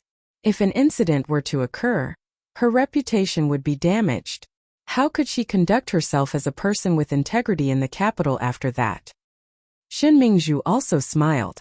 Swordsmanship has the heart of Buddha. But you clearly understand the situation as well as anyone else. Look, today she deliberately wore this set of red clothing. Isn't it to steal the limelight from you? Knowing that you love to wear plain colors, yet wearing something so bright, I think she is provoking you. Swordsmanship, you cannot always be patient and accommodating. Jiang Su hesitated slightly. This hesitation caused Shen Mingzhu to feel even more aggrieved, so she said, Don't worry, Swordsmanship, I will help you out. Having said this, she waved at Zhang Li, who was sitting opposite them. Zhang Li Jejia. Zhang Li turned towards them with the air of someone who had been bestowed a favor by a superior, and walked over to Shen Mingzhu. Among the young ladies from the illustrious families in the capital, the Shu daughters and the Di daughters were actually divided into two separate social circles. Although Zhang Li did her utmost to win the favor of Shen Mingzhu was only close to Jiang Su, so Zhang Li could only be jealous. Now Zhang Li smiled in response to Shen Mingzhu taking the initiative to greet her, even though she knew that there must be some hidden intention. Disdain flashed in Shen Mingzhu's eyes momentarily, but her smile was sweet as she crooked her little finger at Zhang Li. Zhang Li Jejia, I have something I want to talk to you about in private. Zhang Li bent her ear towards Shen Mingzhu, who proceeded to mutter a few words. Zhang Li's face took on an astonished expression, which was then replaced by hesitation as she looked at Jiang Su sitting to the side. Jiang Su had her head bowed as she drank her tea with her usual smile on her face. It was impossible to discern how she was feeling. Zhang Li Jejia, what do you think? As Shen Mingzhu looked at Zhang Li, her tone became even more tender and persuasive. I am doing this all for you. Zhang Li was silent for quite a while. Finally, she bit her lips and said, All right. Many thanks for your help, Mingzhu Mimi. Shen Mingzhu giggled as she pulled Zhang Li's hand so that she sat down beside her. This being the case, let's talk some more. Zhang Li paused before complying. The two of them huddled together and whispered to each other. As they were doing this, Jiang Su simply sat at the side, drinking her tea with bowed head, as if she had no idea what Shen Mingzhu and Zhang Li were doing. The only movement she made was to glance at Zhang Ruan in the distance just as Zhang Li sat down. Her eyes bore a hint of ruthlessness. However, she had not anticipated that the very moment she looked at Zhang Ruan would turn her head slightly, as if feeling the weight of her glance. Their eyes met, and Zhang Ruan smiled faintly at her. Even though Zhang Ruan's upturned eyes were smiling, Jiang Su felt a cold shiver run down her back. When she looked again, Zhang Ruan had already turned away, and it was as if nothing had ever happened. Chapter 44. Chapter 44. To beat somebody at their own game. As it was only her first visit to the Shun Fu, Zhang Ruan had only spoken a few words with just Lin Zixiang while the other young ladies merely looked upon them from afar. On the other hand, Jiang Su had quite a favorable impression amongst everyone. Therefore, there were numerous people with whom she spoke intimately with. Shooting a glance at Jiang Su, who was speaking with Lieutenant General Lin's daughter, Lin Zixiang snorted coldly, How pretentious! How did you surmise this? Zhang Ruan asked as she picked up the teacup in front of her with both hands. She has a haughty and aloof appearance, yet, deep at the very core of her bones, her heart has changed, becoming gaudy and inelegant. If this person is not a sham, then what else can she be called? Moreover, people speak of her as if she is some immortal fairy from the immortal realm. In truth, she is merely someone who has blinded the secular world with her deceptive appearance. Lin Zixiang's words were shockingly impolite, and yet, Lu Zhu, who stood behind them, had burst out in laughter upon hearing them. Chief Historian Lin oversaw the palace's historical annals, and the astronomical calendar. Moreover, he placed a great importance on literary and historical knowledge. Therefore, Chief Historian Lin and Imperial Censor Wang were both similarly upright and frank people who had always spurned flattery. With such an honest and candid disposition, Lin Zixiang had completely inherited that very same character from Chief Historian Lin. And so, her straightforward nature was naturally unpopular among all the young ladies present. Yet, Zhang Ruan felt that this temperament of hers was excellent. Candidly honest people were hard to come by in the world, and this sort of person was much more adorable in comparison to those duplicitous people. Still, with Lin Zixiang's nature, for her to marry into the ranks of the third prince or similar men with profligate lifestyles was to ruin her future prospects and even her entire life thereafter. This really caused one to heave a sigh and deeply sympathize with her. Lin Zixiang noticed Zhang Ruan's gaze and frowned. To look at me this way, it feels as if you are looking at an extremely pitiful person. Is that so? Zhang Ruan smiled as she changed the subject. Young Lady Lin, despite disliking my second Mimi so, you are willing to sit with me. From the bottom of my heart, I am truly grateful. This has no relation to you. Lin Zixiang had no qualms and ruthlessly denied her. I am simply unwilling to see them bully a young lady. You and your second Mimi are the same, both of you are equally pretentious. However, unlike her feigned form as a pure immortal fairy, you don't appear to portray the same. On the contrary, it makes one feel somewhat more at ease. In her heart, Zhang Ruan gave Lin Zixiang several praises and admiration as she said, I could not possibly compare to an immortal fairy. Every day, I have my hands full with the usual daily routine and tangle with worldly affairs. What I do are mundane things and what I eat are just coarse grains. I am just a human. After hearing her words, Lin Zixiang could not help but take a second glance at Zhang Ruan.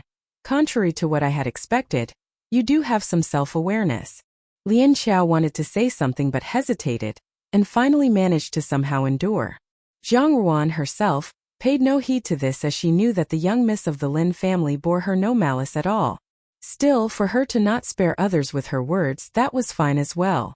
In fact, this sort of person was truly an example of how great intelligence may appear to be stupidity. Rather, that young lady simply had a slightly arrogant and candid personality, and it was not like she, herself, had a fragile heart. Dajiruoyu great intelligence may appear to be stupidity is an idiom which basically means that who knows the most speaks the least. Therefore, Lin Zixiang is showing her stupidity by highlighting what should not have been said. Unwittingly, they had spent half their time whilst eating, drinking tea and chatting leisurely. But then they saw Zhongli stand up from her seat and walk over to Zhang Ruan's side murmuring, Dejejia, I need to make a trip to the powder room. Won't you accompany me? Zhang Ruan smiled lightly, but I don't know the way. Zhongli glanced at Shen Mingzhu. It's all right, there will be Miss Shan's maid to guide us there. It's just that I feel somewhat afraid going alone. I have already informed Mother and Mother has also agreed. You and I are sisters therefore today. I'll have to trouble Dejejia to look after Lin Yang for a while. T/N. There is an emphasis here, it isn't as clear as it may seem however, Zhongli is clearly using ilism, referring to herself in third person, to be humble since she is asking for a favor. Her voice was neither loud nor soft, yet coincidentally, it could be heard by all the Furins and young ladies around them. With this awareness it actually gave Zhang Ruan no chance to refuse her. After all, it was not considered a big deal to accompany her family's younger Shu sister to the powder room. Moreover, Zhongli had already lowered herself and spoken in such a polite manner to her. Now that she had just returned to the capital, she could not have even the slightest unfavorable opinions about her being spread around. Thus Zhang Ruan nodded. Is there a need to say all this? I'll accompany you then. After saying so she stood up. Upon seeing this, Lu Zhu and Lian Xiao wanted to follow suit however, Zhongli reached out to stop them. We are just going there and will be back shortly. I too have not brought any maid with me. These two maids can also remain here as it's all right with just Shun Mimi's maid to come with us. Lu Zhu and Lian Xiao were somewhat concerned but Zhang Ruan simply smiled at them. No worries, I will be right back. Zhongli then delightedly pulled on Zhang Ruan's hand as they left their seats while the maids stayed back. They left from the rear end of the banquet hall. Then Shen Foran seemed to have noticed the two empty seats in the middle of the banquet and asked Xia Yan, who was sitting beside her, Your family's eldest young lady and third young lady, they seem to be missing. Xia Yan smiled as she glanced around the banquet hall and nonchalantly remarked, perhaps they have gone to the powder room. With this many people around them, they will be all right. Pleased as a plum, Shen Mingzhu tugged at Jiang Susu's hand as she smiled, Suerjejia. You just have to wait and enjoy the show later. Jiang Susu was somewhat worried and looked at her hesitatingly. Please don't do anything improper. Dejejia, she is just a newcomer. Look at how kind you are, Shen Mingzhu remarked impatiently. I'm merely giving her a lesson, see if she will still act this ostentatiously going forward. Outside the hall, Zhang Ruan and Zhang Li followed the small pathway in the Shen Fu's garden at a normal pace. At the very front of them was Shen Mingzhu's personal maid, Xiao Cui. Occasionally, Zhang Li would glance at Zhang Ruan from the corner of her eyes. Seeing that Zhang Ruan had an ever-present smile on her face as if she absolutely had no idea of what would happen later, only then could Zhang Li feel more at ease. While they were walking down a small corridor with no one around, Zhang Li suddenly covered her stomach as she turned to look at Zhang Ruan. Dejejia, I can't hold it in any longer. Why don't I have the maid bring me to the powder room first, then after a while, she can come back to get you? Worriedly, Zhang Ruan asked, will you be all right by yourself? Don't worry, I will swiftly come back. Zhang Li frowned, putting on an expression filled with pain. From the side, Xiao Cui remarked to Miss Zhang, I will bring third young lady to the powder room first, and in the meantime, Miss can sit in this room. This is the room that the Fu uses to receive guests, so there is tea and desserts inside. Zhang Ruan took a glance at the door of the room and thought for a bit. Nodding, all right, Lin Yang, you need to hurry then. Zhang Li urged on, yes, Dejejia, please hurry inside. Zhang Ruan then pushed the door and entered. From the outside, once Zhang Li and Xiao Cui had seen this, only then did they pick up their skirts and quickly leave. Once the sound of the footsteps had faded away into the distance and could no longer be heard, the room's door was once again pushed open and Zhang Ruan stepped out. Tightening up her crimson crane overcoat over herself, the slightest trace of a cold smile emerged on her face. She did not know what sort of person would enter this room later. However, once this person was found to be alone together with her, and that scene was witnessed by both Zhang Li, who had been worried about losing her, and everyone else, her reputation would be in a complete disarray. Or perhaps this was precisely Shen Mingzhu's plan. However, this was merely her first time meeting Shen Mingzhu today. To have thought of such a ruthless scheme of entrapment, she might have been encouraged by Jiang Susu to push the wave and add to the billows. What Jiang Susu was best at was precisely attacking someone whilst using the strength of another. T/N. It means to add on to the severity of her previous scheme. However, Jiang Susu was not the only one who knew how to get someone else to do her dirty work. Zhang Ruan slowly followed along the uninhabited passageway as she walked rather leisurely and in high spirits. However, if Zhang Li had been present, she would have been definitely astounded because this familiarity of hers evidently did not seem like it was her first time entering the Shen Fu. In reality, this was definitely her first time entering the Shen Fu. However, in her previous life in the palace, Zhang Quan and the 8th prince had informed her of various classified matters. At that time, she had thought that they were not keeping any secrets from her, and that they had regarded her as one of them. So she had always kept this information close to her heart, hoping that one day she could be of use to them. Who would have known that now, this was actually a boon to herself. All of that classified information also included the secret inside the Shen Fu. Zhang Li's greatest error was to presume that she, who was unfamiliar of her surroundings, could only obediently stay in the room to wait for someone to find her. Unfortunately, no matter whether it was in her past life or in this present one, she would always remember the structural blueprint of the Shen Fu.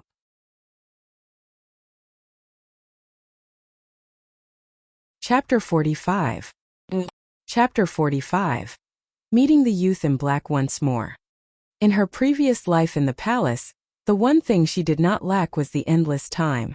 She had diligently tried to pass her days a little more meaningfully, but whenever Jiang Quan and the 8th prince told her things, she would willingly and repeatedly ruminate over those words during those sleepless nights.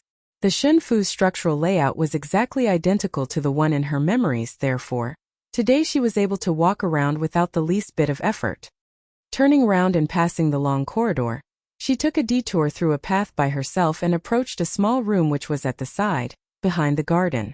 She then pushed the door open and entered. The room was decorated very simply, almost as if it were an abandoned study that had not been used for a very long time. There were a few bound volumes of travel notes haphazardly placed on a study table. Zhang Ruan moved around to the front of the study table. Hung overhead on the wall was a drawing of a bamboo forest in the breeze. She stared at it for a short while and then reached out to lift it up. What was revealed behind the picture scroll was a smooth wall. Zhang Ruan reached out her hands and traced her fingers along the snow-white surface of the wall, as she slowly searched. Not too long after, her hands somehow pressed onto something. Hearing a crisp noise, the central wall in the room then gradually hollowed in, revealing a tiny hidden compartment. She paused for a bit, and then extended her hand into the hidden compartment and took a cloth bag out. The cloth bag in her hands had quite a bit of weight, and from a rough estimate it seemed to be something like a book. Zhang Ruan smiled slightly. This was definitely the Shun Fu's special account book that Assistant Minister Shun kept in his home. For any official in the officialdom, it would definitely be unavoidable that they would have to often use bribery in their daily activities and dealings to help smooth various relationships.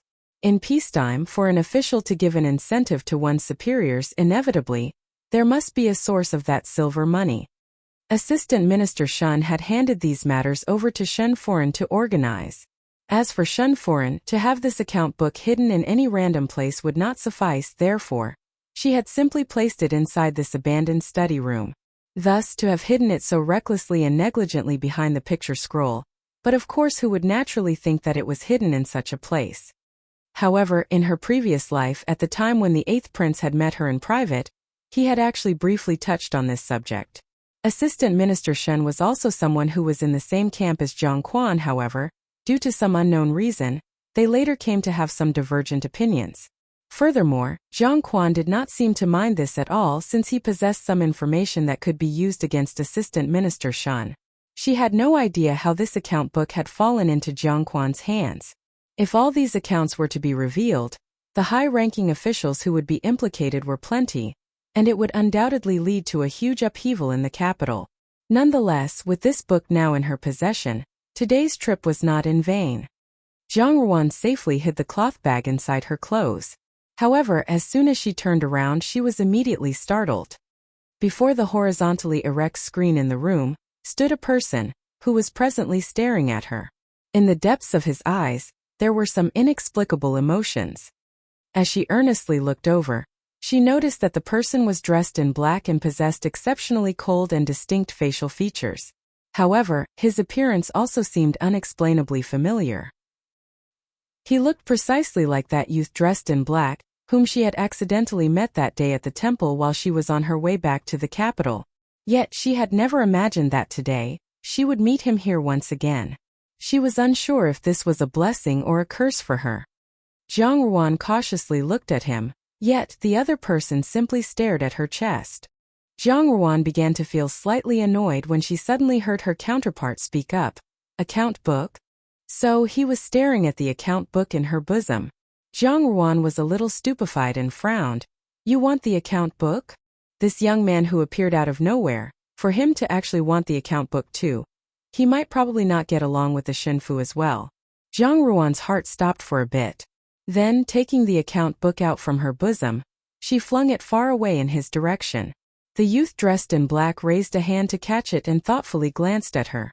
His expressions remained the same as before, cold and cheerless, which made one unable to decipher his emotions. In her heart, Zhang Ruan felt free and relaxed. Originally, she had merely intended to add a blockage to the Shun Fu and coincidentally, cause Zhang Li to get into some trouble. However, if it truly came down to it, with this sort of thing kept in her hands, it was just a hot potato. At present, with her immature wings, stepping forth into many matters would be inconvenient. Since this person wanted to deal with the Shun Fu too, then why not grant him a favor? To be able to see the Shun Fu not have any good days in the future, she would still be happy to see that from a near distance. The youth dressed in black was slender and graceful, and even while standing in the room, he seemed to add an ineffable layer of splendor to it. Yet, unexplainably, his handsome and bold facial features seemed to have an indescribable air of nobility. Drooping her head in ponderment, Zhang Ruan wondered, She was unsure of what sort of status this person had.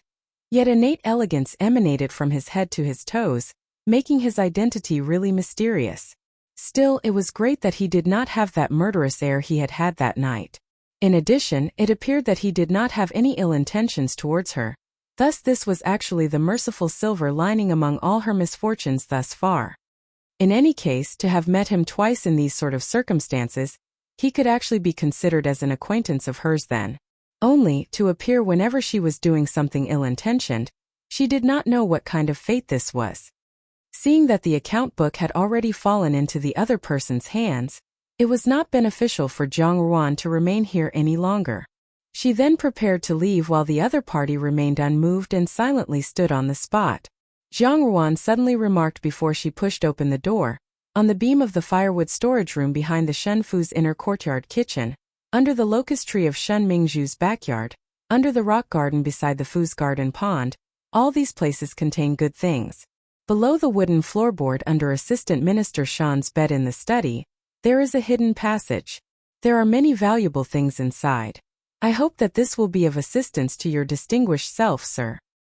The expression on the black-clad youth's face faltered, however.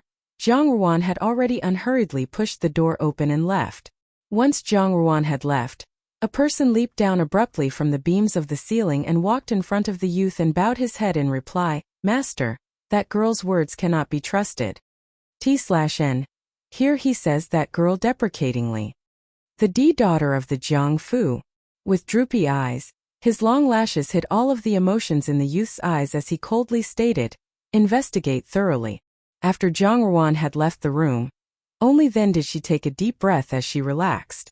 The identity of the person inside the room was overly dangerous.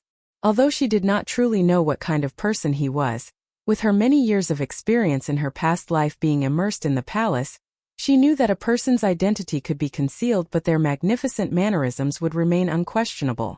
For instance, even after her rebirth, all the maids and others around her would remark that she seemed like a noble lady that came from the palace.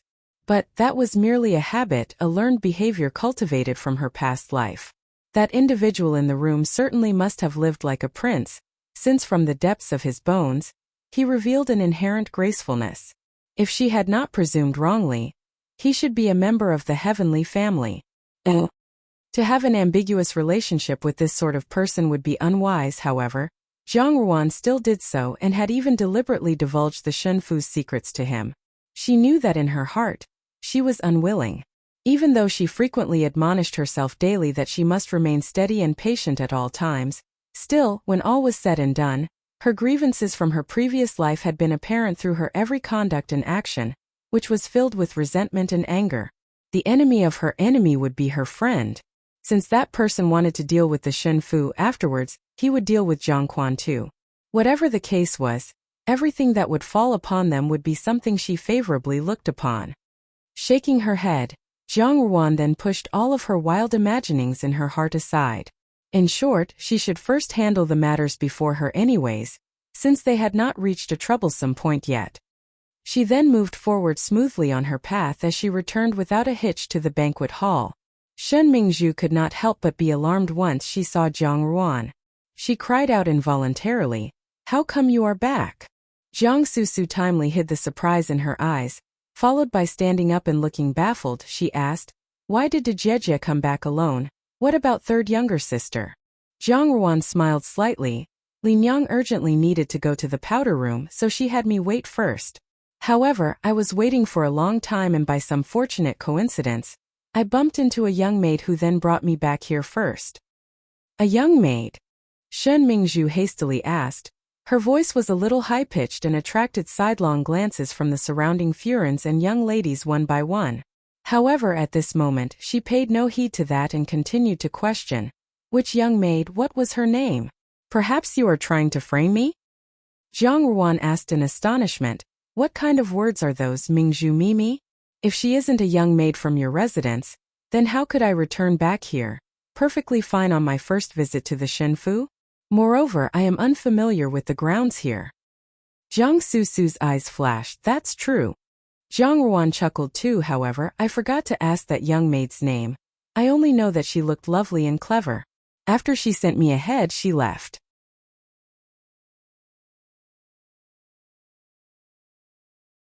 Chapter 46. Chapter 46, Settling. The Shunfu was so big. It was indeed impossible to locate a little unnamed servant girl. Zhang Ruan's statement was not without reason, but it irked Shen Mingzhan and left her at a loss for words. She quietly cursed Zhang Li, then glared at Zhang Ruan and sat down uncomfortably. Zhang Susu continued smiling unperturbed as she held her teacup and sipped from it slowly. Her eyes quietly followed Zhang Ruan, whose expression had not flickered even for an instant. Tendrils of steam from the hot tea curled in front of her beautiful face, making it seem as if one were looking at a flower through the fog. Her emotions were hard to discern. Zhang Susu's heart lurched and she began to feel a general sense of unease. She could only pretend to be unaffected as she chatted gaily with the other young ladies around her. Zhang Ruan's safe return meant Zhang Li had not gained any benefit. Shen Mingzhan gestured for another servant to come over, who, after hearing her instructions, then left in a hurry. After a while, Zhang Li and Xiao Cui walked over to Zhang Ruan's side. Zhang Li's face clearly showed her fury as she stood right in front of Zhang Ruan and asked angrily, "How did you manage to come back first?" Lin Zixiang could not tolerate the scene before her any longer. Without waiting for Zhang Ruan to reply, she said with contempt, "Whatever the situation is right now, Zhang Fu is the great household of a government official. How can there be no sense of social standing, where the Shu Mimi dares to treat the Dijie with such flagrant disrespect?" Her words were not spoken in a soft tone, so the foreign from officials' families in the vicinity each turned to look at them. Zhang Li immediately turned red and her anger boiled over. She heard Zhang Ruan smilingly say, "It's nothing, we sisters do not observe that many social conventions. Lin Yang is just a little anxious, that's all." Lin Zixiang frowned. If this were to occur in my Fu, that person would have been thoroughly disciplined. This time Zhang Ruan did not say anything and only smiled faintly. There was no trace of anger in her features, and so some people were unable to discern her intentions. Zhang Susu stood up and laughingly said, "What's going on? Dijie has just returned from the rural manor and is not clear on some things. Third younger sister is still young. Dijie need not be bothered by her." It was not Zhang Ruan's intention that Zhang Susu should use this situation to her advantage. However, now it seemed that something was Zhang Ruan's fault. Some of the surrounding Furins and young ladies who were unaware of the inside story looked at Zhang Ruan with strange expressions, seemingly believing that Zhang Ruan had really been harsh with her Shu Mei. Zhang Ruan smiled and looked unblinkingly at Zhang Susu. The mesmerizing gaze of Zhang Ruan's upturned eyes made Zhang Susu feel numb, and her back subconsciously stiffened. In her heart, Zhang Ruan laughed bitterly. Zhang Susu had always adopted a fairy-like persona to carry out her good deeds. Even in her previous life, just before the very last stage of her life, and before she had been condemned to prison as one who had brought disaster to the nation, Zhang Susu was constantly comforting and advising her to be meek and patient. How did she become so different in this life, unable to remain calm, and even deliberately mentioning that Zhang Ruan had just come from the rural manor so that everyone would keep their distance? Hu Guoyao knew, a beautiful woman who brings disaster or misfortune to the nation. Could it be that, just as her own personality was different in this lifetime, Zhang Susu's personality had also changed? Or had Zhang Susu been like this all along, and it was her own trusting nature that caused her to turn a blind eye to Zhang Susu's deadly words and intentions? Lin Zixiang eyed Zhang Susu coldly. Her demeanor was haughty, and not only was she not trying to conceal her dislike for Zhang Susu, she even snorted, "What a fake person." Stunned, Zhang Susu forced a smile and did not speak. In this way, it appeared that Lin Zixiang was using her position to bully Zhang Susu, who was happy to compromise so that everyone would benefit. Lu Zhu, standing behind Zhang Ruan, almost could not keep the smile from her face. Lin Zixiang was indeed amazing. In such a place among such people, she dared to take Zhang Susu down a notch so brazenly. Surprisingly, not a single person dared to call her to account. Zhang Ruan smiled slightly and said, "It's all because I didn't make myself clear to Lin Yang earlier. Lin Yang, just now I waited for you for quite a while but you did not return. I was afraid that mother might be worried." I just happened to meet a little servant girl and she led me back here first. That little girl was supposed to go back and inform you of the situation. What happened? Didn't you meet her?" Zhang Li huffed angrily. Naturally, she had not met the little servant girl that Zhang Ruan spoke of. However, it also seemed improbable that Zhang Ruan was lying, as it was her first time at the Shen Fu, and there was no way she could have retraced her steps so easily. Thus, it happened that the machinations of Shen Mingzhan's camp were nothing but a fruitless thought. Shen Mingzhan was provoked into unhappiness for no good reason, and Zhang Li was once again fiercely cursing Zhang Ruan silently. In a rather indifferent tone she said, "If De Jie was unwilling to wait for Mimi, then so be it. Saying all this is of no use." Zhang Ruan remained silent and still smiling sat again at the side. As the onlookers observed her conduct, their previous speculation was confirmed right then. This Zhang Fu's daughter was nothing at all like the descriptions Zhang Fu itself had propagated. After her return, she had failed to gain favor to the extent that even a Shu younger sister would engage her in such a provocative and retaliatory manner. In all likelihood, she probably found the day-to-day life in the Fu quite challenging, which in turn had honed her capability to be tolerant to such an exceptional degree. She was not at all petty and small-minded, as someone from the countryside might be. Neither was she weak and cowardly in the slightest, nor was she argumentative. Instead, she was magnanimous, very much befitting the demeanor of the eldest daughter. Zhang Li did not expect that today, not only would she not gain an upper hand against Zhang Ruan, she would even enable Zhang Ruan to enhance her reputation. In addition, Shen Mingzhan was now angry with her, and thus her heart was full of hatred for Zhang Ruan. Just then, she looked up and saw Zhang Susu with a slightly stiff expression on her face, and suddenly smiled. Zhang Ruan's return to the Jiangfu was not a good thing for her, but it also affected Zhang Susu. If not, her beautiful goddess-like older sister would not have repeatedly lost her composure today. It was the very first time Zhang Susu had lost out in terms of appearance. Among the sisters of the Jiangfu, although Zhang Susu usually behaved like a fairy who considered herself above the general population, it was all done to cultivate her fame as the capital's most beautiful female. Now that Zhang Ruan had arrived, there were two beauties.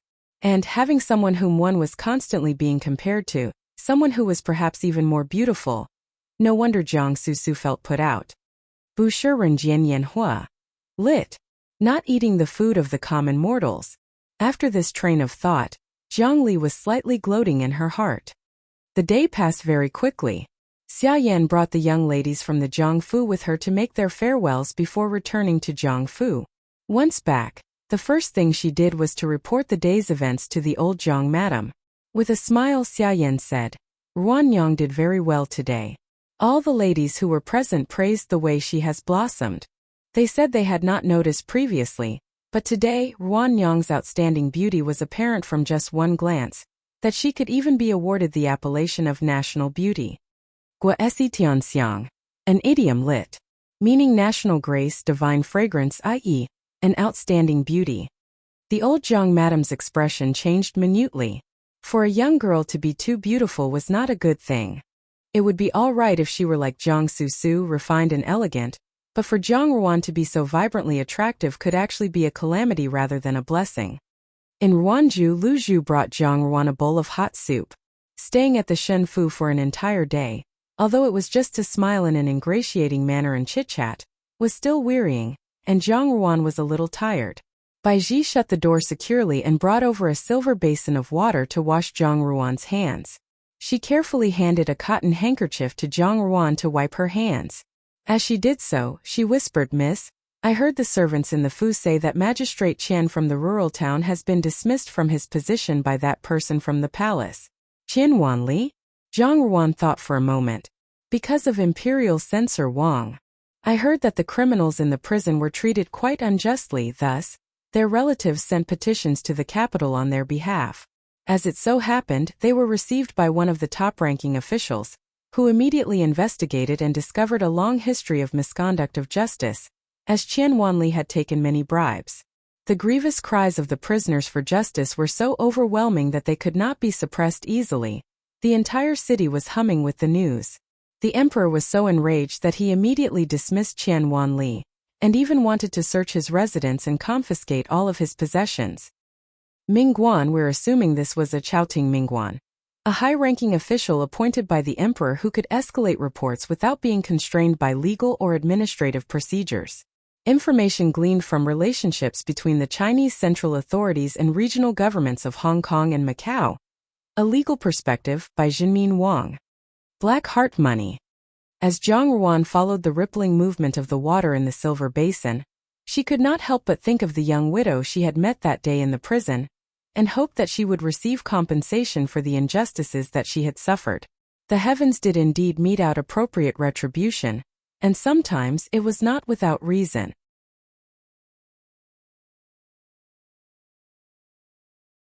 Chapter 47. Chapter 47, Scapegoat. The days passed like the water of a swiftly flowing river. Zhongli maintained her previously bossy and domineering demeanor. Thus, from time to time, she would utter a few provocative words, but Zhang Ruan simply ignored her. However, there was a subtle shift in Zhang Susu and her mother's attitude towards her. She did not know if it was because at present, she viewed people differently, or if Zhang Susu and her mother had become unsettled and were unable to maintain their usual calm demeanor. On several occasions, their words to her had a retaliatory, tit-for-tat undertone. And although the old Zhang madam neither favored nor ill-treated Zhang Ruan, she also did not make a deliberate effort to suppress Zhang Ruan either. Then in the blink of an eye, it was time for Zhang Quan and Zhang Chao to return to the Zhang Fu. Buxian Bu Dan, literally neither salty nor bland.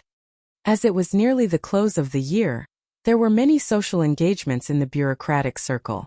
Initially, Zhang Quan had mentioned that he would be home a few days earlier. However, some complicated situations had occurred, which meant that as a result his return had been postponed until that day. Xia Yan was naturally extremely happy. She had already given orders for everything to be tidied up and to begin various preparations, only saying that they should have a lively reunion dinner. As Jian Quan had worked hard for the members of the Zhang household for the entire year, he deserved a huge feast. Tuan Yin Fan, the night before the New Year, family members gather to feast together. This is traditionally known as the reunion dinner, as family members from near and far make it a point to come home for the dinner. There is a lot of food at the reunion dinner, drool over some pictures and recipes. Zhang Li and Zhang Susu were also very happy. Even though Zhang Susu's expression was calm and moderate, she too could not stop smiling. Although Zhang Quan did not treat his daughter with kindness, he was really affectionate towards Zhang Susu. In her previous life, that he was willing to embrace the emperor, who had offended the officials, was an inkling of how far he would go in order to protect Zhang Susu. Zhang Susu held the position of the one he was most proud of out of all his daughters. After all, not only did he lavish all his affection on Zhang Susu, he even used Zhang Ruan to pave the way for Zhang Susu. Now, upon looking back on this, she did not know whether to respond with sorrow or anger. It could only be said that Zhang Quan must truly love Xia Yan, and so, he correspondingly lavished much affection on their beloved daughter, which led Zhang Chao to behave in a similar fashion. On the other hand, Zhang Quan had never paid attention to Zhang Ruan or Zhang Xing. He had never beaten or scolded them, but had never treated them with warmth either, to the extent that they seemed like two insignificant outsiders. Even Zhang Li did not receive such treatment, as the family connections of her mother, second Yinyang, gave Zhang Quan a good reputation. Only these two siblings were always neglected. On thinking about it, Zhao Mei and General Zhao had severed ties very early on, so being associated with her would have yielded no assistance in furthering Zhang Quan's official standing. Also, it was Zhao Mei who had initiated the marriage arrangements from the very beginning. In terms of feelings and influence, Zhao Mei was already at a disadvantage. How could Zhang Quan view Zhao Mei with even an ounce of pity? The fact of the matter was that Zhang Ruan and Zhang Xing were to be used as stepping stones for Zhang Susu and her siblings. On the other hand, if they became obstacles to the glittering future prospects of Zhang Susu and her siblings, they would be ruthlessly eliminated. Broad and open road. Figure bright future prospects. Lost in thought, Zhang Ruan forgot all about the tea she held in her hand, and spilled some in her carelessness. Bai Ji, who was sitting beside her, hurriedly called out, "Miss, do be careful." Zhang Ruan quickly recovered her senses and straightened the teacup. Has father already returned? Lian Xiao walked in from the outside. Upon hearing Zhang Ruan's question, she replied, he has just reached home and is currently talking to old madam. She looked quickly to both sides before lowering her voice to whisper, however. His expression was not good. It looks like something is not going well. Bai Ji said, curiously, perhaps it's some official business. It was at this opportune moment that Lu Zhu came bustling into the room with a crafty smile on her face. Lian Xiao immediately reprimanded her. What do you think you're doing in such a heedless manner? Aren't you worried you'll disturb Miss? Zhang Ruan said, if you have something to say, then say it. Miss is truly all-seeing, Lu Zhu blinked and said. This servant has just gone to the front to make some inquiries, and I know why master is unhappy. Lu Zhu was small in size, had a sweet tongue and was sharp-witted. Through her interactions with the people in the marketplace she had developed some degree of slyness, and thus found it easy to ingratiate herself with the older servants. As a result, Zhang Ruan often sent her to gather information so that she would not be completely in the dark about the happenings in the Jiangfu. Lu Zhu, being intelligent, was always able to suss out information. After listening to her words, Lian Xiao forgot about reprimanding her and paid rapt attention. I heard that he quarreled with Assistant Minister Shen for some reason. Assistant Minister Shen was exceptionally angry, and Master was also terribly enraged. The strange thing is, despite this quarrel, Miss Shen deliberately and of her own accord wrote out an invitation for 3rd Missy, Zhang Li, to visit Shenfu. However, Master is roaring furious. Not only does he refuse to allow her to visit, he even forbids her to leave the Fu. What's the meaning of all this? Lian Xiao asked with surprise. That day, 3rd Miss and Miss Shen did not seem to be on very good terms. Why didn't she invite 2nd Missy, Jiang Susu? Why only invite 3rd Miss? Lu Zhu smiled mysteriously. The servants are all spreading rumors about how the Shenfu has lost something, and suspicion has fallen on the head of 3rd Mississippi. The servants of Ruanju had many complaints about Zhang Li. She commonly adopted a high and mighty air, and always had a hostile tone when speaking with others. She was a far cry from Jiang Susu's gentle manner of conduct, and all of the Jiangfu's servants were somewhat fed up with her. Now that she was in trouble, plenty of people were gloating over her predicament. Bai Ji said, if they are really suspicious of 3rd Miss, it's no wonder that Master is so furious. If she did go, wouldn't it be the same as slapping ourselves in the face and admitting that we had stolen whatever it is? But why did the Shenfu employ the method of asking Miss Shen to invite 3rd Miss to the Fu? What would they have been able to find out? Even though the servants view 3rd Miss as being ordinarily quite domineering, they would not take advantage of this situation for personal gain. There's something really fishy about all this. Besides, Master and Shen Darren have such a deep relationship.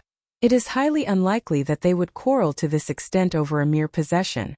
What on earth did the Shenfu lose? What did they lose? Zhang Ruan smiled faintly, and unhurriedly lifted her teacup to take a sip of tea. It must be something really important. That the Shenfu was making such a big fuss more or less revealed that Assistant Minister Shen had discovered the fact that his account book was missing. That day, it had been the first time she, an outsider, had visited the Shenfu, so she would naturally not be familiar with the layout. In the midst of their visit, only Zhang Li had left the ladies' area, and it would be difficult not to suspect her. However, Zhang Li had no reason to run off by herself to steal the account book, so it must have been Zhang Quan's idea. Thus, it was entirely reasonable for Assistant Minister Shen to have entertained this train of thought. The relationship between the Shenfu and the Jiangfu involved a whole slew of mutual benefits and unclear interests. If Zhang Quan had gotten hold of information which could be used against Assistant Minister Shen, it would mean that Assistant Minister Shen would have to humble himself before Zhang Quan from now onwards. However, this deferential attitude would never be authentic, and thus it was no wonder that Assistant Minister Shen wanted to embarrass Zhang Quan. Zhang Quan had truly been wronged, as this situation had nothing to do with him. Zhang Ruan smiled. Human relations were always very fragile. From now onwards, Zhang Quan and the Shenfu would find it very difficult to maintain friendly appearances because of this account book. Today's matter would also be like a thorn buried deep in Assistant Minister Shen's side. There would come a day when this thorn would break forth and grow. At that moment the battle lines between Jiang Quan and the Shun Fu would be made clear, signaling the rupture in their relationship. Zhang Li wanted to cause her trouble, but she had instead made Zhang Li the scapegoat. This could be considered meting out a small punishment in order to prevent bigger mistakes. From now onwards, the Shun Fu would view Zhang Li as a thorn in its side. Jiang Quan would also not be happy about the whole state of affairs, for which Zhang Li had only herself to blame. In her previous life, Jiang Quan did manage to get hold of the Shun Fu's account book in the end, and used it to exploit the Shun Fu's key areas of weaknesses. At that time, Jiang Fu was already on its way to ascendancy, so the Shun Fu could only humble itself and capitulate. However, in this life it was still early, and the Jiang Fu still required the Shun Fu's assistance on several matters. So, to have their alliance ruptured this early would only mean misfortune for Jiang Quan. Niazhi literally to squeeze/hold 7 inches. This arises from the idiomatic advice to squeeze a snake's body 7 inches away from its head, which is where its most vital part is. Opinions differ on whether this is the heart or abdomen. Zhang Ruan patted her clothes and stood up. Since father and second brother have already returned, we should visit them without delay. Otherwise people will say we have no understanding of etiquette and are unfilial. Let's go. The father and second brother whom I have not seen for 5 years. I wonder what they look like now.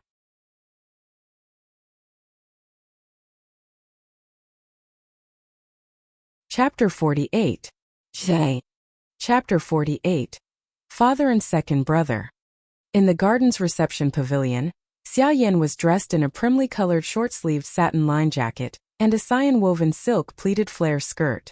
The garments were tightly fastened around her waist without any ease to spare. Although she was already a mother of 2, she appeared to remain slender, just like the young girls in the cusp of their spring. Her glistening, moist and supple skin was highlighted with the slightest adornments, bringing the main focal point to her beautiful hair accessories. When compared to the many concubines in the residence, she was precisely like a slender and elegant silhouette of a pure white lotus. On top of that, she had a faint image of a scholarly literary lady and hence, seemed like an extremely rare and beautiful woman. As Jiang Quan's gaze fell upon her, it became rather gentle. As he said to her, "It's been hard for you." His gaze was completely filled with tenderness. Left in the lurch as she saw this, the second Yinyang could not put up with this scene any longer. As her shapely eyebrows that had been meticulously drawn rose, she deliberately cleared her throat softly. "Laoi, we can finally welcome you home." Laoi, respectful, Lord/Master. In fact, the second Yinyang was also a beauty. Only, her beautiful features were somewhat sharp and with a slimmer than average face, it only made her appear somewhat shrewd, unlike Xia Yan who seemed sentimental and tender. Moreover, with her attempt at acting submissively in order to ingratiate herself, second Yinyang's actions seemed rather forced. Therefore, Jiang Quan seemed to reveal a rather impatient visage and merely replied distractedly. Upon seeing this, second Yinyang's hands artlessly wrapped around and clenched onto the hems of her clothes. Dressed in a faint blue-colored straight-cut decorative skirt, at the corner of first Yinyang's lips was a smile filled with humbleness as she quietly retreated to a corner. In stark comparison to the 2 servant girls beside Xia Yan, who seemed as delicate as flowers and as refined as precious jade, the first Yinyang, in contrast, had an appearance that seemed more like a second-tier servant girl. Jiang Quan did not even glance at her. Jiang Su then stepped forward with a smile. "Father has returned." Dai informal way of saying father, like dad in modern lingo. On normal days as he went about his official business, Jiang Quan would constantly be stern. However, in front of Jiang Su, he had never shown such a visage. On his face, a trace of a smile seemed to have emerged as he reached out to pat her head. "I brought some playthings for you. Later, I will have someone bring them to your courtyard." Standing at the side, a flash of resentment, hatred and jealousy flared in second Yinyang's eyes. Among the 4 daughters in the Jiang Fu, the only one that would receive this sort of special privilege was Jiang Su.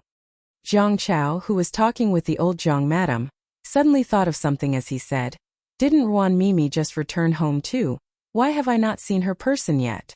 Jiang Su's smile became heavy as Jiang Quan too suddenly recalled this. His smile faded and his brows furrowed. Seeing this, Xia Yan smiled and was about to speak when she suddenly heard a light girlish voice that came from the hall. Zhang Ruan greets esteemed father. Fuqin formal way of saying father. This is in stark contrast with the way Jiang Susu addressed him earlier, revealing the level of closeness each of them share with their father. Simultaneously, both Jiang Quan and Jiang Chao directed their gazes toward the direction of the voice, and then saw a young girl with beautiful demeanor, dressed in a crimson hem-stitched double-layered jacket, move forward.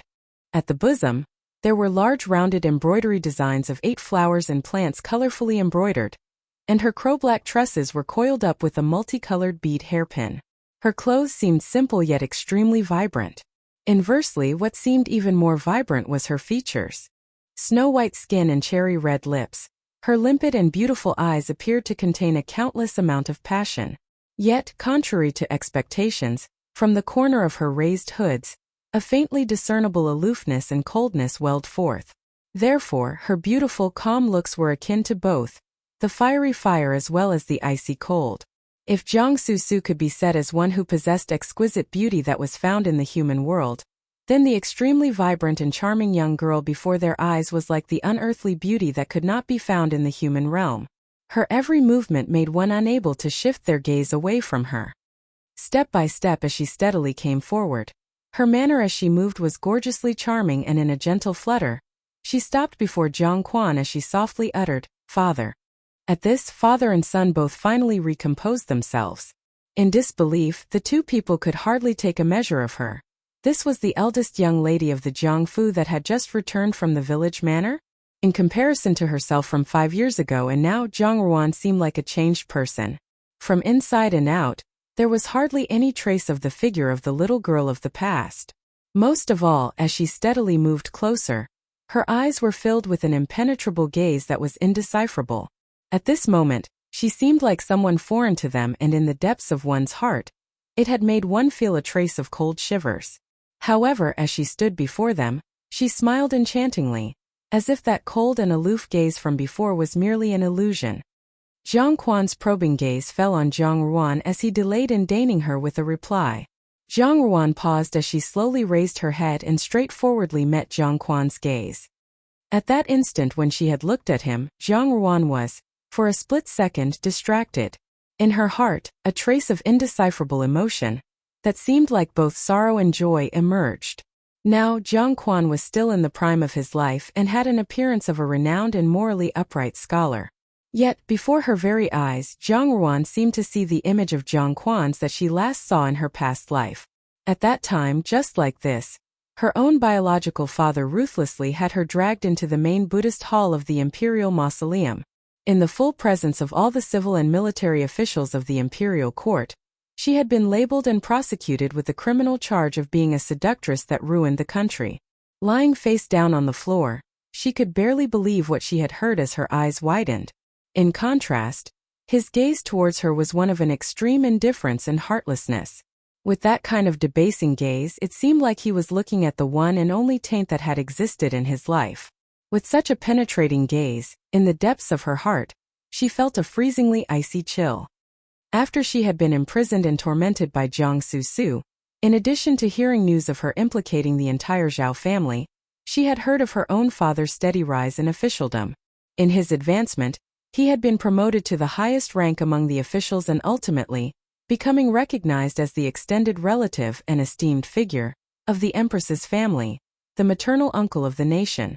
As he put on his official robes, had he ever thought of the blood of hers that he had spilled in sacrifice for his official seal? Guanyin, the official seal of a government official. This is the most important possession a person could have, official or otherwise. It represents the power and identity of the person, a form of recognition of a person's status.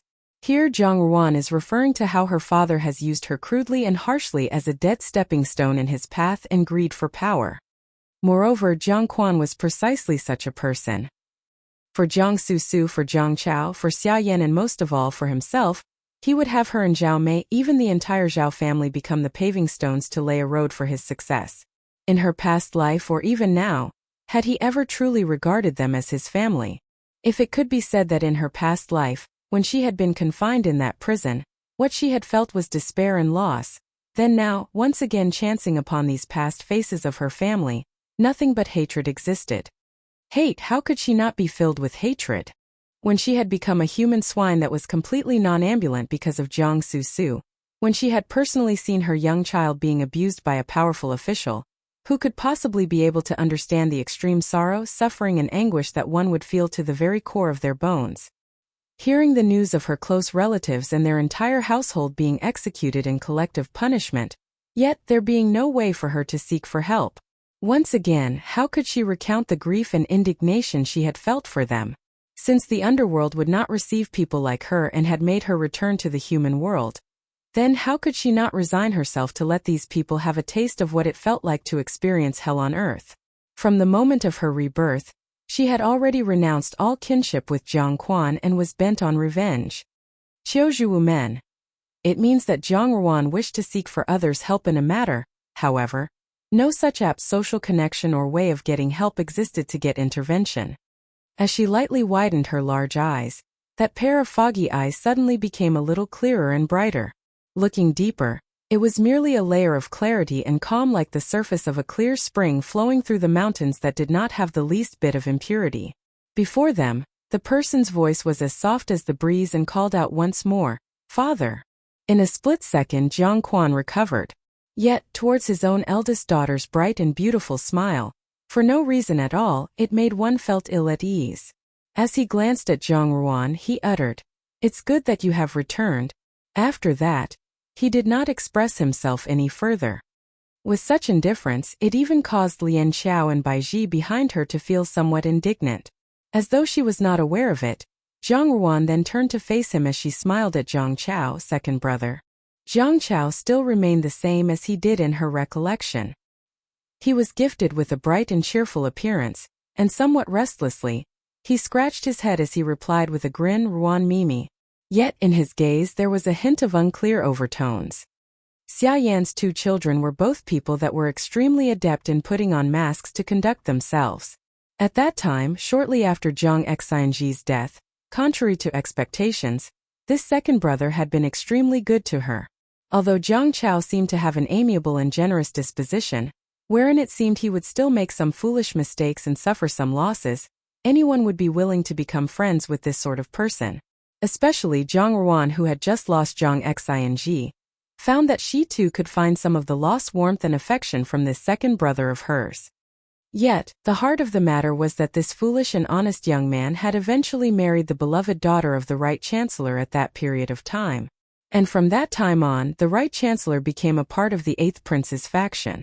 Now that she recalled all of those fantasies that she had in her past life and her impression of Jiang Chao, they had all halted at the very scene when he had attempted to use his own charms as his means into the officialdom.